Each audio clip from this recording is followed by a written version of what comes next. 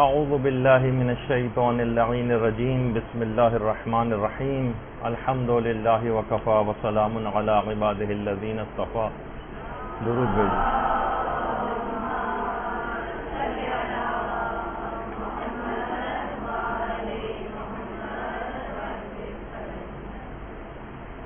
آج کا دن گزرے گا اور جو شب شروع ہوگی وہ شب قدر ہوگی. ان احتمالی تاریخوں میں سے ایک کہ جس میں شب قدر کو واقع ہونا ہے. دیکھیے، دنیا اور آخرت کے جتنے بھی تمام کام ہیں، یہ علماء فرماتے ہیں کہ یہ بھی کچھ لو اور کچھ دو کی پالیسی پر یا اصول پر چلتے ہیں. ہم اللہ سے بہت کچھ چاہتے ہیں. اس رات آپ کتنی دعائیں کریں گی، کتنی حاجات طلب کریں گی، آپ اللہ سے بہت کچھ چاہتی ہیں، لیکن اس کے مقابلے میں اللہ کا بھی آپ سے کچھ تقاضا ہوتا ہے. رسول کی اور ائمہ کی شفاعت آپ کو درکار ہے، تو رسول اور ائمہ بھی کچھ آپ سے تقاضا کرتے ہیں اور اپنی اطاعت کو طلب کرتے ہیں. بالکل اسی طرح سے یہ جو رات شب قدر ہے، اس رات میں آپ کو بہت کچھ اس شب قدر سے چاہیے، بہت کچھ چاہیے. کتنی دعاؤں کی ایک بہت بڑی لسٹ ہوگی آپ کے پاس کہ ساری رات بھی ختم ہو جائے تو وہ دعائیں ختم نہ ہوں. اتنا کچھ آپ کو اس شب قدر سے چاہیے، تو اس رات کا بھی آپ سے کچھ ایک تقاضا ہے. یہ رات بھی آپ سے کچھ چاہتی ہے. جیسے کہ میں نے کہا کہ چاہے دنیا ہو یا آخرت، چاہے کسی بھی طرح کا کوئی معاملہ ہو، ہر جگہ کچھ لو کچھ دو کا اصول چلتا ہے. جب شب قدر سے ہمیں اتنا کچھ چاہیے تو یہ شب قدر بھی ہم سے کچھ تقاضا کرتی. دیکھیے، ہر اسلامی حکم کی ایک علت ہے، ایک وجہ ہے.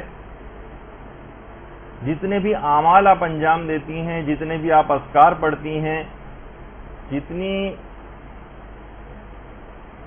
یہ دعائیں پڑھتی ہیں، اس کے اندر ایک خاص حکمت پوشیدہ. عبادات کے اندر کچھ خاص اسرار ہیں، کچھ وجوہات ہیں، کچھ علتیں ہیں، کچھ حکمتیں ہیں، کچھ پیغامات پوشیدہ ہوتے ہیں. اعمال شب قدر جو آپ انجام دیں گی، جن کا بھی ہم ایک تذکرہ کریں گے، ان سب کے اندر کیا کیا پیغامات آپ کے لیے ہیں، وہ چاہتے کیا ہیں وہ اعمال، وہ آپ کے اندر کون سی تبدیلیاں دیکھنا چاہتے ہیں، اس کا آج ہم تذکرہ کریں گے کہ یہ شب قدر یہ آپ سے کیا تقاضا کر رہی ہے، اس کے اعمال جو آپ انجام دیں گی آپ سے کیا تقاضا کرتے ہیں. دیکھیے، ہر چیز کی ایک حکمت اور فلسفہ ہے نا، جو کہ ابھی ہم ڈسکس کر رہے ہیں. جیسے کہ نماز ہے، بری اور بے حیائی کی باتوں سے آپ کو روکتی. روزہ ہے، اس کا بھی ایک وجہ بتائی گئی ہے تاکہ آپ کے اندر تقوی پیدا ہو جائے. زکوٰۃ ہے، یہ آپ کے مال کو پاک کرتی ہے، اس کا ایک الگ فلسفہ اور اس کے اندر ایک الگ پیغام ہے. وضو جو آپ انجام دیتی ہیں، یہ آپ کی روح کو پاکیزہ کرتا ہے. وضو یہ سید حسن نصر اللہ کی جوانی کی تصویر ہے. ارادوں کے اعتبار سے تو ابھی بھی جوان ہے ماشاءاللہ، لیکن بہرحال تو وضو اس کے اندر انسان کی روح پاک ہوتی. اسی طرح سے حج یہ فقر و فاقے کو دور کرتا ہے اور مزید سینکڑوں ہزاروں لاکھوں فائدے حج کے. بس اسی طرح سے شب قدر کی اعمال کہ اس میں یہ رات جو کہ ہزار مہینوں سے بہتر ہے، اس کے اندر بھی کچھ ایسے ہی پیغامات موجود ہیں. اور اس شب قدر کا تقاضا یہ ہے، جو اس تمام باتوں کا ایک نچوڑ آپ کے سامنے شروع میں پیش کر دو، پھر ہم اس کو ایکسپلین کریں گے. شب قدر کے جتنے بھی اعمال ہیں، ان سب کا تقاضا یہ ہے کہ ان کو سارا سال اپنی زندگی پر محیط کر دیا جائے. یہ اس میں آپ کی تقدیر لکھی جاتی. یہ جو آپ اعمال شب قدر اس رات کو انجام دیتی ہیں، یا آپ ایک لحاظ سے آپ کو یہ دعا کرنی چاہیے کہ پروردگار یہ میں سارا سال کروں، ان پہ سارا سال کاربند رہوں، یہ میری تقدیر میں لکھ دیے جائیں۔ اب اس کی تفصیل جو ہے وہ آگے چل کر آئے گی۔ دیکھیے عبادات جو ہیں یہ کسی رسم کا نام نہیں، شب قدر کسی رسم کا نام نہیں، یہ گنتی کی کچھ عبادات کے مجموعے کا نام نہیں ہے کہ آپ نے 15 16 18 20 اعمال لکھ لیے اور اس کے بعد ٹک لگاتے چلے گئے، ایک فہرست آپ نے بنا لی۔ یہ آپ میں ایک بندگی پیدا کرنے کا جذبہ پیدا کرنا چاہتے ہیں، ایک بندگی کا۔ یہ رات آپ کے اندر ایک ایسا جذبہ پیدا کرنا چاہتی کہ پورے سال آپ کو کیا کرنا ہے، پورا سال کیسے گزارو، زندگی کا طریقہ کار کیا ہو۔ اور یہی وجہ ہے کہ پیغمبر اسلام ختمی مرتبت صلی اللہ علیہ وآلہ وسلم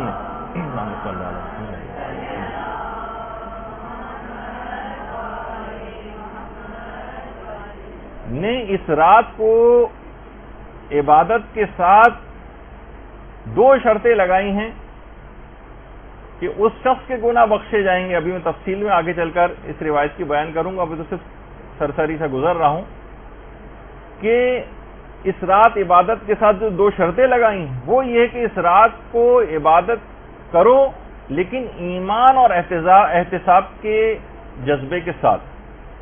ایمان اور احتساب کا جذبہ، انہیں فقط عبادت نہیں کرنی، احتساب بھی کرنا۔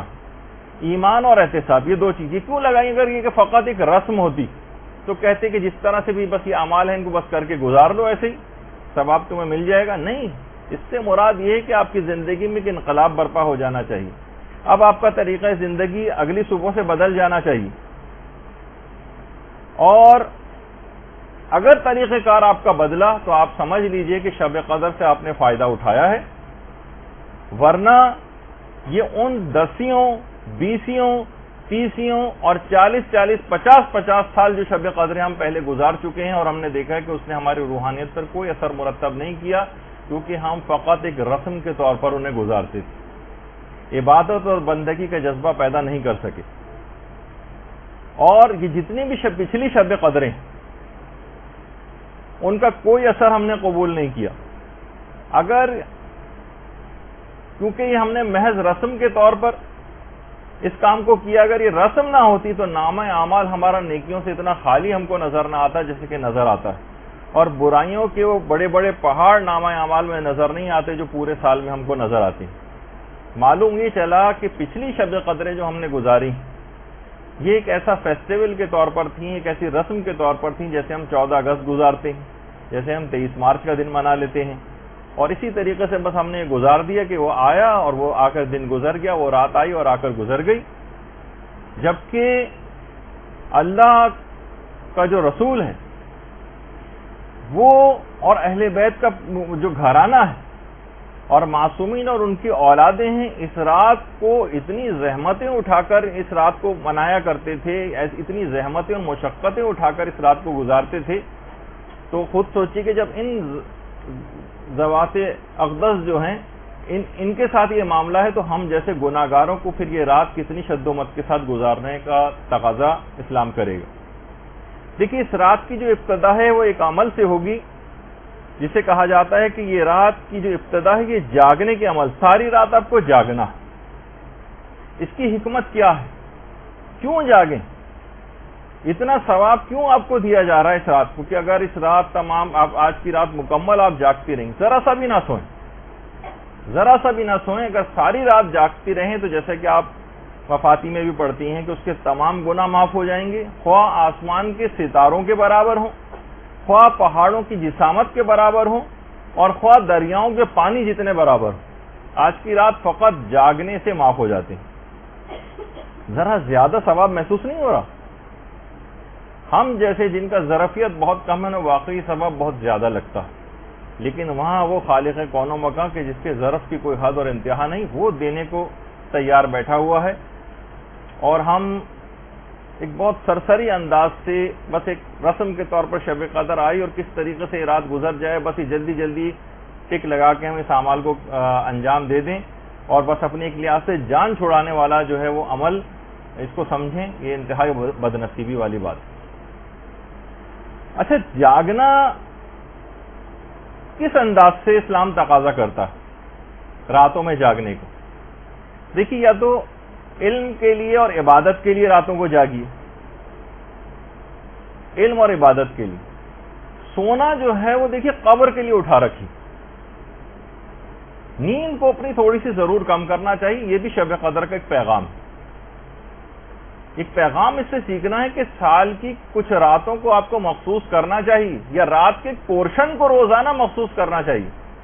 رات کا ایک پورشن کتنا بڑا، یعنی مغرب سے لے کر اور رات کے 2-2 3-3 بجے تک جو لوگ سوتے ہیں اور لغویات کے اندر اس کو بسر کرتے ہیں، مخصوص تو کر رکھا ہے لغویات کے لیے، ڈراموں کے لیے، فلموں کے لیے، آؤٹنگز کے لیے، لاہو و لائب کے لیے، مختلف چیزوں کے لیے۔ اسلام اور شب قدر یہ آپ سے تقاضا کرتی ہے رات کا کوئی ایک پورشن، چاہے وہ 15 منٹ کا ہو، 20 منٹ کا ہو، آدھے گھنٹے کا ہو، 1 گھنٹے کا ہو، یا کچھ اور زیادہ ہو، اس کو یا تو عبادت میں صرف کرنے کے لیے مقرر کیجئے یا پھر علم حاصل کرنے کے لیے۔ سونا جو ہے وہاں پہ بہت سونا ہے اور اس کی الگ ایک تفصیل ہے، اس کو وہاں کے لیے اٹھا رکھیے۔ یا تو یہ کہ ہمیں پتہ ہے کہ ہمارے نامہ اعمال ایسے ہیں کہ وہ فرشتہ عذاب ہمیں سونا ہی نہیں دیں گے، وہاں پہ اس وجہ سے جتنا سونا ہے یہیں پہ پورا کر لیا جائے۔ تو بہرحال کبھی تو ان راتوں کے اندر جاگنا سیکھیے۔ یاد رکھ لیجئے کہ آپ کا اس انداز سے علم اور عبادت کے لیے راتوں کو جاگنا جو شب قدر کا ایک پیغام ہے، جاگنے کے ذریعے، ورنہ یہ بھی کہا جاتا ہے کہ سو لو 2-3 گھنٹے کے اندر اعمال کر لینا۔ کیوں تقاضا ہے کہ ساری رات جاگو اور اتنا زیادہ ثواب آپ کو دیا گیا ہے، تاکہ اس کو سال کے دیگر مہینے کی جو راتیں ہیں ان کے اندر بھی آپ اس کو رائج کریں، کہ آپ کا اس انداز سے جاگنا اور علم اور عبادت کے لیے رات کے اندھیرے میں یہ آپ کی قبروں میں اجالا بکھیر دے گا۔ راتوں کی قدر پہچانیے، راتیں بہت قیمتی ہیں۔ بہت سے علماء یہ بات بھی بیان فرماتی ہیں کہ راتیں دنوں سے افضل ہوتی ہیں۔ قرآن کا لوح محفوظ سے زمین پر نازل ہونا یہ رات کے وقت ہوا، انا انزلناہ فی لیلۃ القدر، یہ شب میں ہوا ہے، دن میں نہیں ہوا۔ اور علماء یہ بھی فرماتے ہیں کہ راتوں میں سے جو ایک رات ہے اس کے متعلق یہ بات کہی گئی ہے کہ یہ 1000 مہینوں سے افضل ہے۔ کسی دن کے متعلق یہ بات نہیں کہی گئی کہ فلاں دن جو ہے 1000 مہینوں سے افضل۔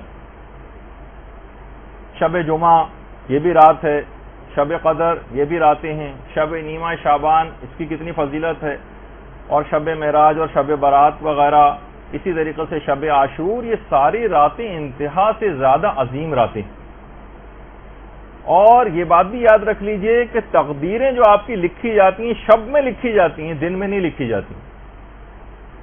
شب قدر میں آپ کی تقدیر لکھی جاتی ہے۔ رات کو بہرحال یہ کہ سکون اور اطمینان ہوتا ہے، دن پروردگار نے مشقت کے لیے بنایا۔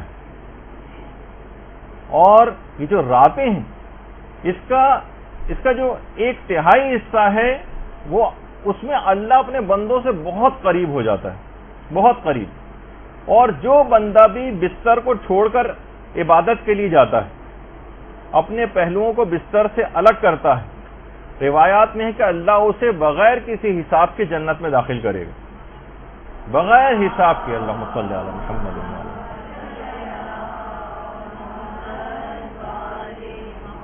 علامہ میر حامد حسین لکھنوی فرماتے تھے کہ شیخ مفید جو تھے یہ رات میں بے انتہا کم سویا کرتے تھے، بہت کم سوتے تھے، اور سوائے 3 کاموں کے رات کو کسی اور طریقے سے نہیں گزارتے تھے۔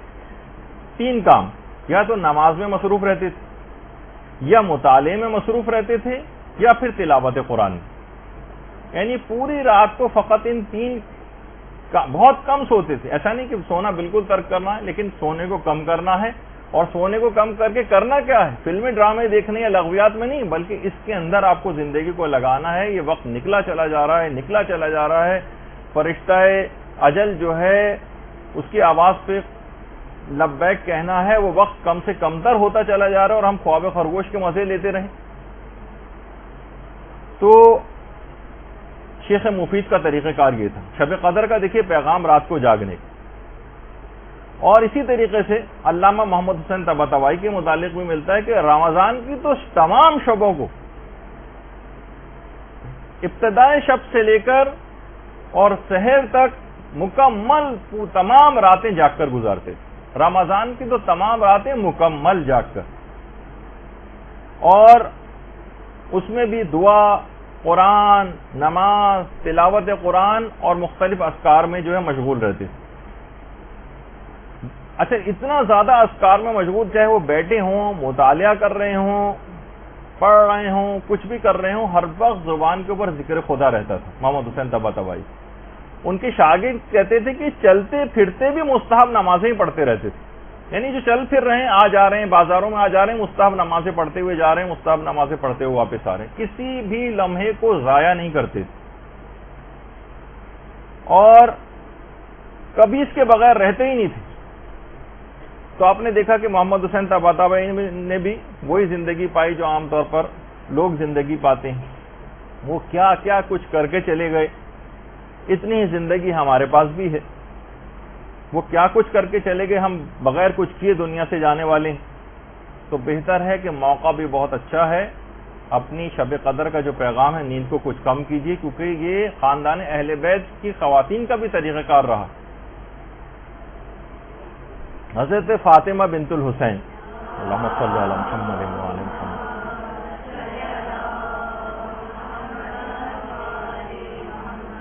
جو امام حسن کی بہو تھی، حسن مثنی سے جن کی شادی ہوئی تھی، پوری رات عبادت میں قیام میں بسر کرتی تھیں اور پورے دن روزہ رکھتی تھیں، کیونکہ وہ سورج اتنے بڑے بڑے ائمہ کی صورت میں موجود ہیں کہ بہت سے جو ان سے غیر معصوم خاندان اہل بیت کے کہ ان کی شخصیت ذرا ان کا اتنا تذکرہ نہیں ہو پاتا، اور تو یہ بہت، کیونکہ وہ راتوں کی اہمیت سے واقف تھے، اور یہی وجہ ہے کہ بحر الانوار کی جو 87 جلد ہے اس میں کسی نے ہمارے چھٹے امام جعفر صادق علیہ السلام سے پوچھا،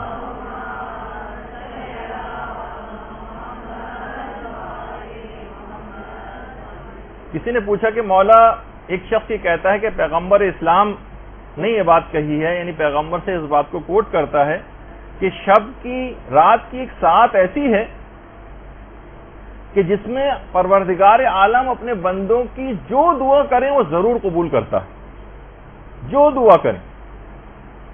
کیا یہ بات صحیح ہے؟ پیغمبر نے ایسا کہا ہے، رات کی کوئی ساعت ایسی ہے؟ امام نے فرمایا کہ ہاں ایسا ہی۔ کہا کہ مولا وہ وقت کون سا ہے؟ فرمایا نصف شب سے لے کر رات کے آخری 1/3 حصے تک۔ نصف شب سے یعنی سمجھیں وہ 12 ساڑھے 12 کے قریب کا جو وقت ہوتا ہے وہاں سے لے کر اور جہاں سے رات کا آخری 1/3 شروع ہوتا ہے، یہ خاص وقت ہے کہ پروردگار اس میں جو دعا کریں گے وہ قبول کرے گا، جو دعا کریں گے وہ قبول کرے گا۔ پھر راوی نے پوچھا کہ مولا کیا کوئی خاص اور معین شب مراد ہے اس سے کہ جس میں پروردگار دعا قبول کرتا ہے؟ امام نے فرمایا نہیں، ہر شب، ہر رات ہم لوگ کتنا زیادہ بہت ساری دعائیں قبول کروانے کے لیے کتنی تگ و دو کرتے ہیں، کا خاص وقت نصف شب سے لے کر رات کا آخری 1/3 حصہ جہاں سے شروع ہوتا ہے، سمجھیں جیسے 12 بجے سے لے کر اور 3 بجے تک کے درمیان کا وقت، یہ خاص طور پر عبادت کا ہے۔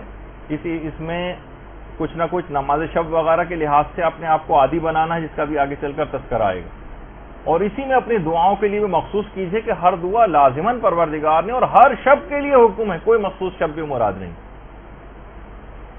اور پیغمبر اسلام کا ایک عجیب طریقہ کار تھا، پیغمبر اسلام اس طرح سے راتوں کو جاگتے تھے کہ کئی دفعہ اٹھتے تھے اور سوتے تھے، کھڑے کھڑے تھک جاتے تھے تو بیٹھ کر عبادت انجام دے لیتے تھے۔ اور یہ بات بھی یاد رکھ لیجئے کہ ضروری نہیں ہے کہ آپ کہ بیٹھ کر جو پڑھی جاتی ہیں نماز اس میں آپ 2 رکعت، 1 رکعت کے بجائے 2 رکعت ہی پڑھنا ضروری نہیں، ایسا نہیں۔ تو بہرحال البتہ لیٹے لیٹے پڑھنے کی اجازت نہیں، تھک جائیں تو بیٹھ کر پڑھنے کی اجازت ہے۔ اور اس شب میں بھی تمام رات جاگ کر آپ کو عبادت کرنی، یہ جو آج سے شروع ہو جائیں گی آپ لوگوں کے لیے، بہت سے لوگوں کی تو کل ہو چکی ہے شب قدر کی ابتدا۔ تو پروردگار عالم کچھ علماء فرماتے ہیں کہ فخر و مباحت کرتا ہے کہ اے فرشتوں دیکھو، جب یہ احتمالی تاریخوں میں میری اتنی عبادت و بندگی کر رہا ہے تو اگر میں یقینی طور پہ بتا دیتا کہ شب قدر فلاں رات ہے تو اس کی عبادت و بندگی کا کیا حال ہوتا. یہ تو احتمالی تاریخیں بتائیں، اس میں اس کی بندگی کا اور عبادت کا یہ حال. تو ہمیں دیکھ کے پروردگار یعنی اگر اس انداز سے عبادت کریں کہ واقعی اس طرح سے ایک حق ہے اس شب کو گزارنے کا، اور اتنا زیادہ اس کا ثواب ہے کہ یہ جو 1000 مہینوں سے افضل ہے، تو علماء فرماتے ہیں کم سے کم اس رات عبادت کرنے کا اور اس رات کو جاگنے کا جو ثواب آپ کو ملے گا وہ 83 سال اور 4 مہینے کی عبادت کا ثواب آپ کو ملے گا. 83 سال 83 ایئر، سوچیے کہ پیدائش سے لے کر جب تک آدمی بوڑھا ہو جاتا ہے اور مسلسل عبادت انجام دیتا رہے، فقط ایک رات عبادت کرنے سے اتنا ثواب اور فائدہ آپ کو ملے گا. اللہم صلی علی محمد و علی محمد.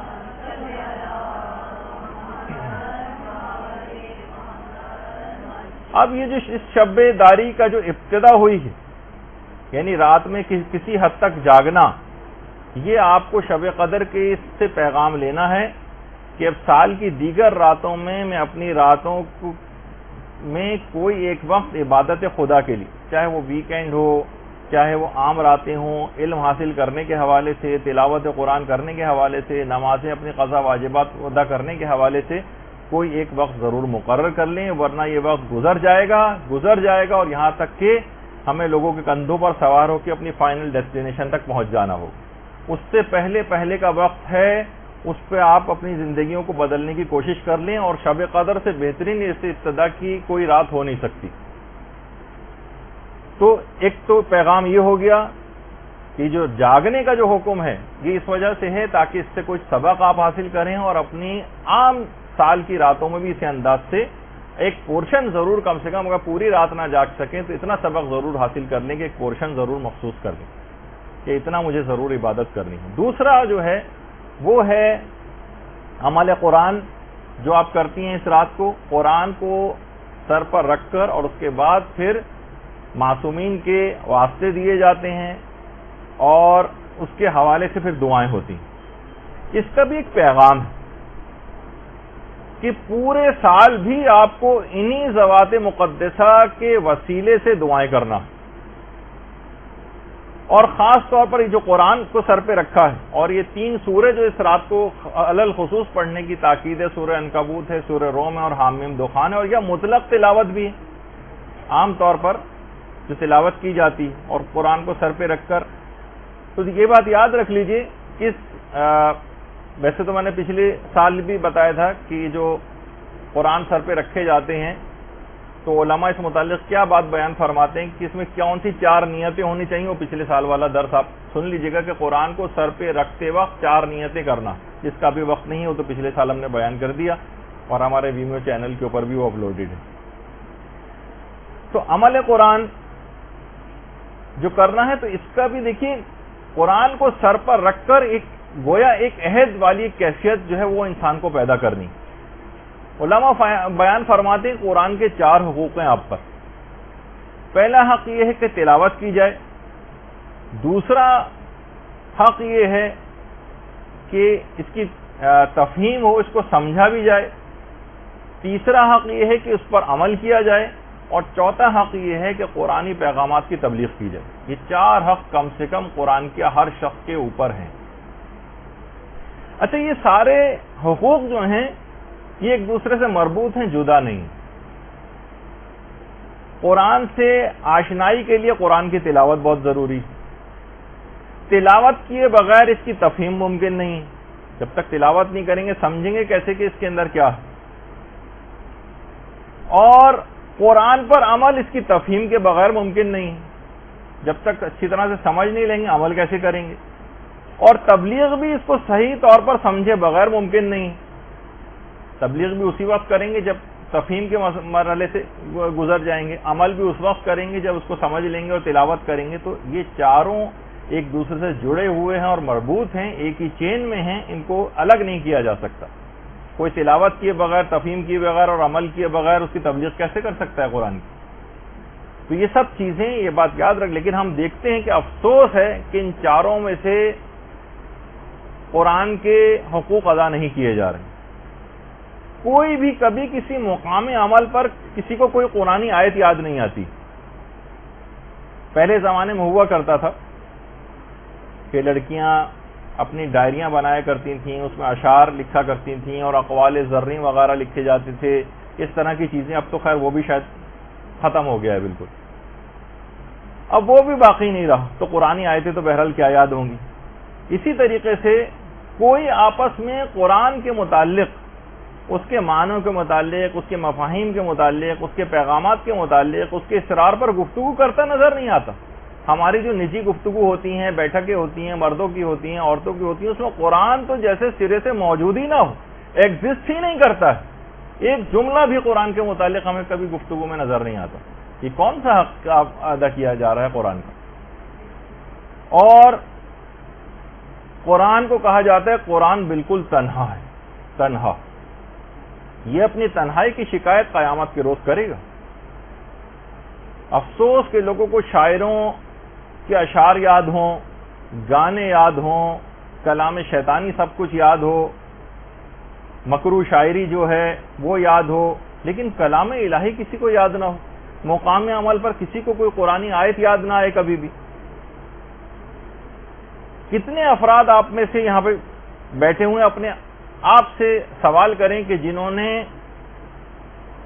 کسی بھی تفسیر قرآن کو شروع سے آخر تک پورے قرآن کی پڑھی، اچٹتی پچٹتی باتوں کے حوالے سے نہیں کہہ رہا، تو کم سے کم اتنا تو قرآن کے زندگی میں ایک دفعہ تفسیر نمونہ اٹھاتے، آہستہ آہستہ کر کے 1 سے لے کر 27 جلدوں تک ختم کر دیتے چند سال میں. کچھ تو معاملہ آگے بڑھتا. اب نہیں، ابھی تک نہیں بڑھا ہے تو اب سے ہی شروع کر دیجئے. کچھ تو سمجھ آئے گا، کچھ تو مفاہیم کے اوپر طبیعت جائے گی، کچھ تو قرآن سے ارتباط پیدا ہوگا. تو بہت اگر کچھ ہوا بھی، لوگوں نے تیر اگر اس سلسلے میں مارا بھی ہے، تو ذرا ناظرہ پڑھنے کے حوالے سے، جس کی اپنی ایک اہمیت ہے اور تلاوت قرآن کا بے شمار فائدے ہیں، وہ اپنی جگہ پر ہیں، لیکن معاملہ تھوڑا سا اور آگے بھی بڑھنا چاہیے. ہم نے کیا کیا کہ قرآن کو زیادہ تر اب ہم دیکھتے ہیں کہ نمائشوں کے اندر رکھا جانا شروع ہو گیا، جو ایک درجے میں مطلوب بھی. کوئی مسئلہ نہیں ہے، یعنی اس کی کوئی خدا نخواستہ مذمت بیان نہیں ہو رہی ہے، لیکن لوگ ہمیشہ بات کو ایک نیگیٹو طرف لے کر جاتے ہیں. نمائش ہو رہی، اور جناب اتنا چھوٹا قرآن اس کو نمائش کے لیے پیش کیا جا رہا ہے، اور جناب اتنا بڑا قرآن سب لوگ اس کو دیکھنے کے لیے جا رہے ہیں، اور اتنا بڑا قرآن اور اس سے بھی بڑا قرآن. تو اب یہ سب کیا چیزیں ہیں؟ یا مثلا قرآن کو انڈے پہ لکھا جا رہا ہے، اس کو سب لوگ دیکھنے کے لیے جا رہے ہیں. قرآن پر عمل مطلوب ہے. قرآن ان سب چیزوں کے لیے نازل نہیں ہوا ہے کہ اس کو انڈے پہ لکھا جائے، اس کو جو ہے اتنا بڑے صفحات کے اوپر لکھا جائے کہ وہ جتنے بڑے صفحات جو ہیں جس کے اوپر لکھا گیا اسے پڑھ کون سکتا ہے؟ وہ تو صرف رکھا رہے گا خالی، اور ایک ڈسپلے کے لیے آپ نے کیا قرآن کو ایک ڈسپلے کے لیے اس طرح ہم نے ریک کے اوپر ایک رکھا ہوتا ہے جس پہ CD لگا کے اس کو اکثر اتارنے کی ضرورت پیش آتی ہے، پھر گرد ورد جھاڑی جاتی ہے معاذ اللہ اس پہ. قرآن اس کام کے لیے نہیں تھا. قرآن مردوں کے لیے تو فائدہ مند ہے ہی. وہ تو وہابیوں اور ایسے افراد کا نظریہ ہے کہ جو کہتے ہیں کہ نہیں اس کا کوئی اور فائدہ نہیں ہے، لیکن یہ زندوں کے قلوب کے لیے بھی شفا کا باعث، یہ مردہ دلوں کو زندہ کرنے والا ہے. یہ فقط مردوں کو پڑھنے کے لیے نہیں ہے کہ کوئی مرحوم ہو جائے تو ہم جو ہے تو اس پہ قرآن پڑھنا شروع کر دیں. بلکہ جب علامہ طالب جوہری صاحب قبلہ یہاں پر تشریف لائے تھے مدرسے، شاید غالباً پچھلے ہی سال تھا یا اس سے اور پہلا، تو انہوں نے نیچے بیٹھے ہوئے گفتگو ہم لوگوں سے کر رہے تھے، تو اس میں ایک بات انہوں نے بہت اچھی کہی تھی کہ قرآن کو اتنا پڑھنا چاہیے، اتنا پڑھنا چاہیے، اتنا پڑھنا چاہیے کہ یہ گھس جائے، اس کے صفحات ڈھیلے پڑ جائیں، یہ بوسیدہ ہو جائے. تو کیا ہوا؟ آپ نیا خرید کر لے آئیں. جس طرح قرآن بوسیدہ ہو جاتا ہے، پرانے بزرگوں کا ہو جاتا ہے، اس کو آپ ٹھنڈا کرتے ہیں، اس کو بھی آپ ٹھنڈا کرتے ہیں. اور نیا قرآن، تو قرآن پر اتنا پڑھنا ہے، اتنا پڑھنا ہے، اتنا پڑھنا ہے کہ قرآن کو پڑھ پڑھ کے آپ خستگی اس کے اندر آ جائے. اب بالکل ایسا قرآن کہ جناب نسلیں گزرتی چلی جا رہی ہیں اور ذرا سا نشان کہیں نظر نہیں آتا کہ اس نے آج تک کبھی کسی نے اس کو اٹھا کے پڑھا. تو دیکھیے قرآن اسی شب قدر میں نازل ہوا. شب قدر کا تقاضا یہ ہے، یہ آپ سے تقاضا کر رہی ہے کہ تعلیمات اور پیغامات قرآن کو آپ دوسروں تک بھی پہنچائیں. جو خود درس اخلاق اس قرآن سے دے سکتی ہوں، اتنی حاصل کر لیں صلاحیت کو، وہ خود اس کام کو کریں. بچوں کو پڑھا سکتی ہیں، 3-4 بچوں کو جمع کر لیں، محلے کے بچوں کو جمع کر لیں، اپنے رشتہ دار بچوں کو جمع کر لیں. قرآن کا کوئی حق تو ادا کریں. یہ نہیں کر سکتی تو مثلا عام عورتوں کو آپ جمع کر لیں، زیادہ بڑے پیمانے پر نہیں کر سکتی، چھوٹے پیمانے پر اس کام کو کر لیں، اس سے اخلاقیات کے درس کروائیں۔ آپ نہیں کر سکتی تو کسی اور سے ارینج کروائیں، اپنے گھروں میں بلوائیں، اپنے گھروں کی نحوستوں کو دور کریں تلاوت قرآن کے ذریعے اور اس قسم کے پروگرامز کے ذریعے۔ شیطانوں نے ڈیرے ڈالنی ہے گھروں کے اندر، جو ہم سننے میں آتی ہیں لوگوں سے باتیں جس انداز سے گھروں کی صورتحال ہوئی ہے، وہ شیطانوں کے بسیرے ہیں وہاں پر۔ تلاوت قرآن کے ذریعے، اس کی تلاوت کے ذریعے اور قرآن کے پیغامات کے ذریعے وہاں سے ان کو بھگائیں۔ بہت سارے وہ افراد کے جو کہ بزرگ ہو گئے، وہ یہ نہ سوچیں کہ ہم نے تو قرآن نہیں پڑھا اب ہم کیسے پڑھیں، نہیں، بزرگ بھی اپنے لیے ٹیوشن لگوائیں، سال 2 سال کے اندر ان کا بھی انشاءاللہ قرآن ختم ہو جائے گا کہ اس دنیا سے قرآن کی جو تلاوت کا جو حق ہے صحیح طور پر پڑھنے کا، کم سے کم ایک مرتبہ تو تلاوت قرآن کر کے جائیں، ورنہ قبر میں جا کر جو حسرت ہوگی اس کا پھر اس وقت کوئی مداوع نہیں ہوگی۔ اسی طریقے سے بوڑھے افراد ہیں، محلے والے ہیں، کوئی بچے ہیں، یہ ضروری نہیں کہ آپ بہت گلیمرس ایک وہ چاہیں کہ پورا ایک ادارہ ہو، انسٹیٹیوٹ ہو اور اے سی لگے ہوں تب بھی میں وہاں جا کے اس کی کوئی خدمت انجام دوں گا۔ اپنے گھر سے ابتدا کریں، اس کو حقارت سے کہ جو قرآنی تعلیمات ہیں یا قرآن کو پڑھانا عام طور پہ اس کو ایک معاذ اللہ معاشرے میں دیکھنے میں آتا ہے کہ ایک حقیر سا کام سمجھا جاتا ہے کہ مولوی صاحب آئیں گے اور جو ہے وہ بہت مختصر سے ان کو پیسے دیے جائیں گے اور وہ آ کر پڑھا کر چلے جائیں گے، کوئی سائیکل پہ آ رہے ہیں، کوئی کسی طریقے سے آ رہے ہیں، جس سے کہ عام طور پہ کانسیپٹ ہے۔ کتنی بڑی خدمت کو کوئی انجام دینے آ رہا ہے آپ کو بچے کو سکھانے کے لیے، کس طریقے سے ائمہ کا طریقہ کار ہوا کرتا تھا، کیسا موتیوں سے منہ بھر دیا کرتے تھے، کیونکہ اہمیت سے واقف تھے۔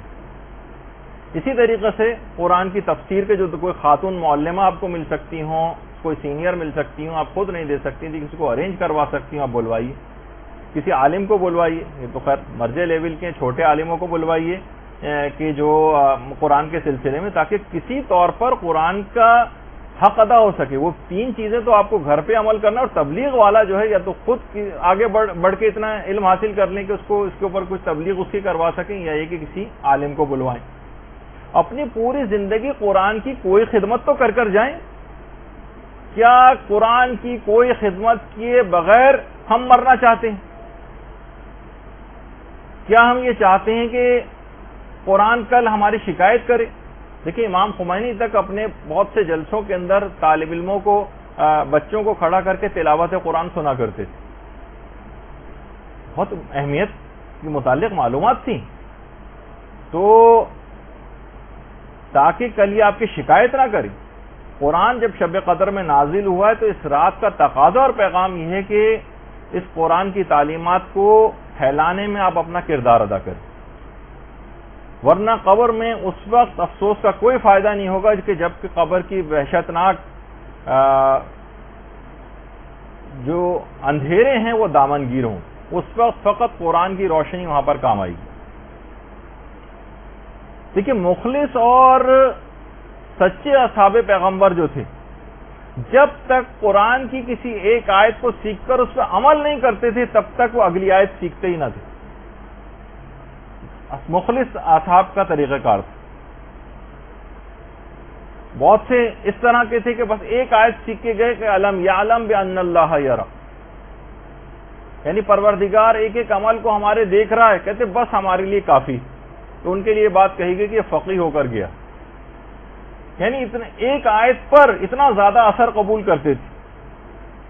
اور ہم پوری زندگی ہو گئی، ہر دفعہ اتنے سننے میں آتا ہے کہ فلاں صاحب نے اتنے قرآن ختم کر دیے اور اتنے قرآن ختم کر دیے، اور ہم نے 2 ہو گئے اور 3 ہو گئے اور 4 ہو گئے اور 5 ہو گئے، لیکن کوئی اثر مرتب روح کے اوپر ہوتا نظر نہیں آتا اس تلاوت قرآن کا، کیونکہ ہماری نیت عمل کرنے کی ہوتی نہیں۔ پیغمبر اسلام خود اتنا زیادہ آیات قرآنی کا اثر قبول کرتے تھے، اتنا متاثر ہوتے تھے کہ بعض اوقات نماز شب میں ایک ہی آیت کو بار بار دہراتے تھے، بار بار دہراتے تھے۔ ان تعذبہم فانہم عبادک وان تغفر لہم فانک انت العزیز الحکیم، بار بار اس طرح کی آیات کو پیغمبر اسلام دہرایا کرتے تھے، اور اتنا اثر قبول کرتے تھے، اتنا اثر قبول کرتے تھے پیغمبر کہ کہتے تھے کہ مجھے سورہ ہود اور اس جیسی جو اور سورتیں انہوں نے مجھے وقت سے پہلے بوڑھا کر دیا، یعنی بڑھاپا طاری ہو جاتا تھا، آیات قرآنی اتنا اثر قبول کرتے تھے۔ اور یہ خود ہے بھی اتنا پر اثر قرآن کہ خود پروردگار نے قرآن کے متعلق یہ کہہ دیا کہ اگر ہم اسے پہاڑوں پر نازل کرتے تو خشیت الہی سے پہاڑ پھٹ جاتے. اور اتنا قرآن پہ پیغمبر نے عمل کر کے دکھایا کہ خود پیغمبر اسلام کی ایک زوجہ یہ فرماتی ہیں کہ آپ کا جو اخلاق ہے وہ قرآن ہی تو ہے. اتنا قرآن کے اوپر عمل کیا تھا کہ خود آپ کا اخلاق سمجھے کہ قرآن اور اخلاق مترادف معنوں میں استعمال ہونے لگے. جیسے ہی آیات نازل ہوتی، دیکھیے ہمارے لیے بھی حکم ہے فقط تلاوت نہیں کرنا ہے، عمل کی کیفیت کیا ہونی چاہیے جیسے پیغمبر کی. جیسے جیسے آیات قرآنی نازل ہوتی گئیں، پیغمبر کا عمل شدت کے ساتھ ان آیات قرآنی پہ بڑھتا چلا گیا. جو حکم آتا فوراً اس کے اوپر عمل کرتے. دیکھیے اعلان رسالت سے پہلے زیادہ تر پیغمبر اسلام اپنا وقت جو ہے عبادت کے لیے غار حرا میں تنہائی میں گزارتے تھے. جو حکم آتا فوراً عمل کرتے. تو عبادت کے لیے غار حرا جاتے تھے اس سے پہلے. لیکن جب وہ آیت نازل ہوئی وانذر عشیرتک الاقربین، وانذر عشیرتک الاقربین، کہ اب تبلیغ کا کام شروع کرو، اب لوگوں کو ڈراؤ. اس کے بعد پیغمبر نے ساری زندگی مکمل طور پر غار حرا کو ایک لحاظ سے ترک کر دیا اور مسلسل دعوت و تبلیغ کے اندر مشغول رہے اور بالکل نہ گھبرائے، نہ کبھی اکتائے، نہ، اور آخری سانس تک تبلیغ کے اندر مصروف رہے. اچھا ادھر صبر و استقلال کا حکم آیا قرآن کے اندر، تو کافروں کی کتنی زیادہ مخالفت تھی. طائف میں جاہلوں نے کیسا پیغمبر پہ تشدد کیا تھا، اور مدینے کے جو یہودی تھے اور منافقین تھے ان کی سازشوں کے سامنے پیغمبر صبر و ثبات کا ایک پہاڑ بن کر کھڑے ہو گئے. ایسا عمل کیا. مدینے میں جب جہاد کا حکم آیا تو مدنی پوری زندگی جہاد سے عبارت ہو گئی. غزوات، سرایا، جنگ و صلح، لشکر کشی، فتوحات سے پوری زندگی اس کے بعد عبارت رہی. یہ سب کیا تھے؟ قرآنی آیات پر عمل کرتے جا رہے تھے. پریشان حال کی پریشانی کو دور کرنے کا حکم آیا تو قرضے لے کر حاجت مندوں کی جو حاجت روائی کرنے لگے. قرآن میں عہد کی پابندی کا حکم آیا کہ اپنے عہد کو پورا کرو. اتنا ایفائے عہد کیا کہ دشمن تک آپ کے وعدوں کا اعتبار کرتے تھے اور رتی برابر، ذرہ برابر بھی شک نہیں کرتے تھے کہ پیغمبر جو ہے اس کی وعدہ خلافی کر سکتے ہیں. درگزر کرنے کا، معاف کرنے کا حکم آیا. پیغمبر نے اتنا عمل کیا کہ کسی سے کبھی کوئی انتقام نہیں لیا. عدل و انصاف کرنے کا حکم آیا. اتنا عمل کیا کہ دشمنان تک پیغمبر کے دیکھ کر حیران رہ جاتے تھے کہ کس طرح سے اتنا عدل و انصاف ممکن ہے. حکم شکر آیا قرآن کے اندر، تو پیغمبر اتنا شکر گزار بندے بنے، اتنا شکر کہ اتنی عبادت کرتے کہ ساری رات گزار دیتے. سوتے وقت سونے کے لیے جاتے تو شکر کرتے، جب بستر سے اٹھتے تو شکر کرتے، کوئی نعمت ملتی تو شکر کرتے، کھانا کھانے کے بعد شکر کرتے، لباس جب جس وقت تبدیل کرتے اس وقت شکر کرتے، آئینہ دیکھتے اس وقت شکر کرتے، چاند دیکھتے اس وقت شکر کرتے، وضو کرنے کے بعد شکر کرتے، بیمار پرسی کے لیے جاتے اس وقت شکر خدا انجام دیتے، خریداری کے لیے بازاروں میں جاتے تو شکر کرتے. کوئی زندگی کا لمحہ ایسا نہیں تھا کہ جب پیغمبر حمد و شکر نہ بجا لاتے ہوں قرآن پر عمل کرنے کی وجہ سے. اور جب قرآن کی وہ آیت نازل ہوئی کہ وَكُلُوا وَاشْرَبُوا وَلَا تُسْرِفُوا، کہ کھاؤ پیو اور اسراف نہ کرو، تو بھوک جب تک نہ لگتی نہ کھاتے پیغمبر. اور تھوڑی سی بھی اگر بھوک باقی رہ جاتی تھی تو اپنے ہاتھ کو کھینچ لیا کرتے تھے. پانی کے استعمال میں اتنا زیادہ محتاط ہو گئے کہ اس کے بعد کہا کہ اس پانی کے سلسلے میں بھی اسراف نہ کرو، اگرچہ تم بہتے ہوئے دریا کے قریب ہی کیوں نہ ہو. تو اتنی عبادت کرتے، اتنا شکر ادا کرتے کہ بالآخر پروردگار کو یہ کہنا پڑا کہ قوم اللیل الا قلیلا، کہ رسول ذرا کم عبادت کرو راتوں میں. کتنی مثالیں دی جائیں کہ پورا قرآن پیغمبر اسلام کی سیرت کا ترجمان بن گیا. یہ ہیں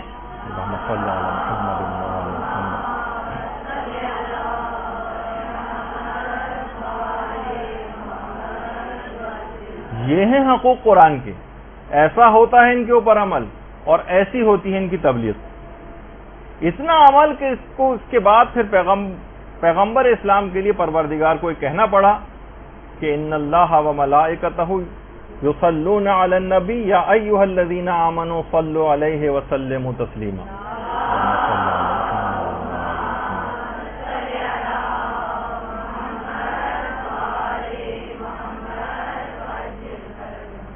دیکھیے یہ ہے تقاضا شب قدر کا. جو آیت پڑھیں اس پر عمل کرنے کی کوشش کریں جیسے کہ پیغمبر اسلام نے کیا. اچھا اب ورنہ کیا ہوگا؟ ایک رسم کے طور پر گزارا جائے گا قرآن کو سر پر رکھ کر، کچھ سورہ رسمن پڑھ لیے جائیں گے، جلدی جلدی صفحات گنے جائیں گے کہ اب سورہ روم میں کتنے صفحے باقی رہ گئے، اب عنکبوت میں کتنے صفحے باقی رہ گئے. اس سے ثواب تو مل جائے گا وہاں پہ، کیونکہ ثواب میں کوئی بخل نہیں ہے پروردگار کے ہاں، لیکن جو اثرات آپ کی روح پر مرتب ہونے چاہیے تھے وہ اثرات مرتب نہیں ہوں گے اگر اس انداز سے رسمی طور پر ان راتوں کو گزارا گیا جیسے پچھلے سالوں میں گزارا جاتا رہا. اچھا اس کے بعد 2 رکعت نماز شب قدر کے اندر پڑھی جاتی ہے جس میں الحمد کے بعد ہر رکعت میں 7 مرتبہ سورہ قل هو اللہ احد پڑھی جاتی. دیکھیے اس کا بھی پیغام یہ ہے کہ عام زندگی میں بھی اس شب میں یہ جو 2 رکعت نماز پڑھی جا رہی ہے اس میں نماز کا عادی بننا ہے اور معمولی باتوں پر نماز کو چھوڑنا نہیں.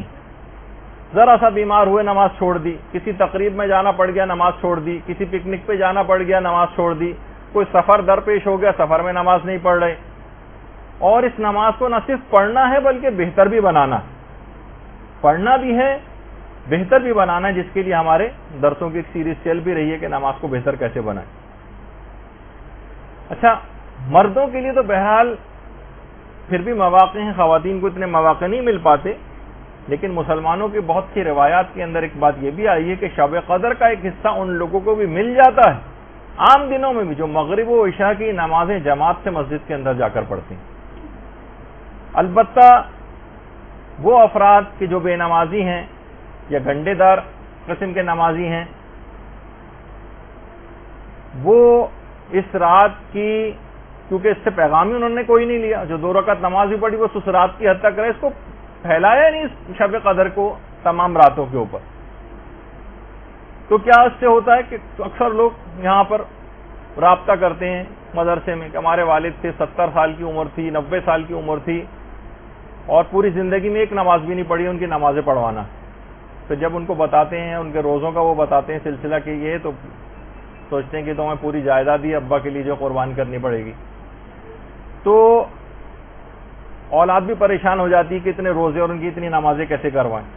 باقاعدہ جو کتاب ہدیہ مبلغین ہے اس میں کتاب شناخت نماز کے حوالے سے ایک روایت کو نقل کیا گیا. وہ یہ ہے کہ ایک دفعہ ایک شخص پیغمبر اسلام کے پاس آیا، اللہم صلی علی محمد،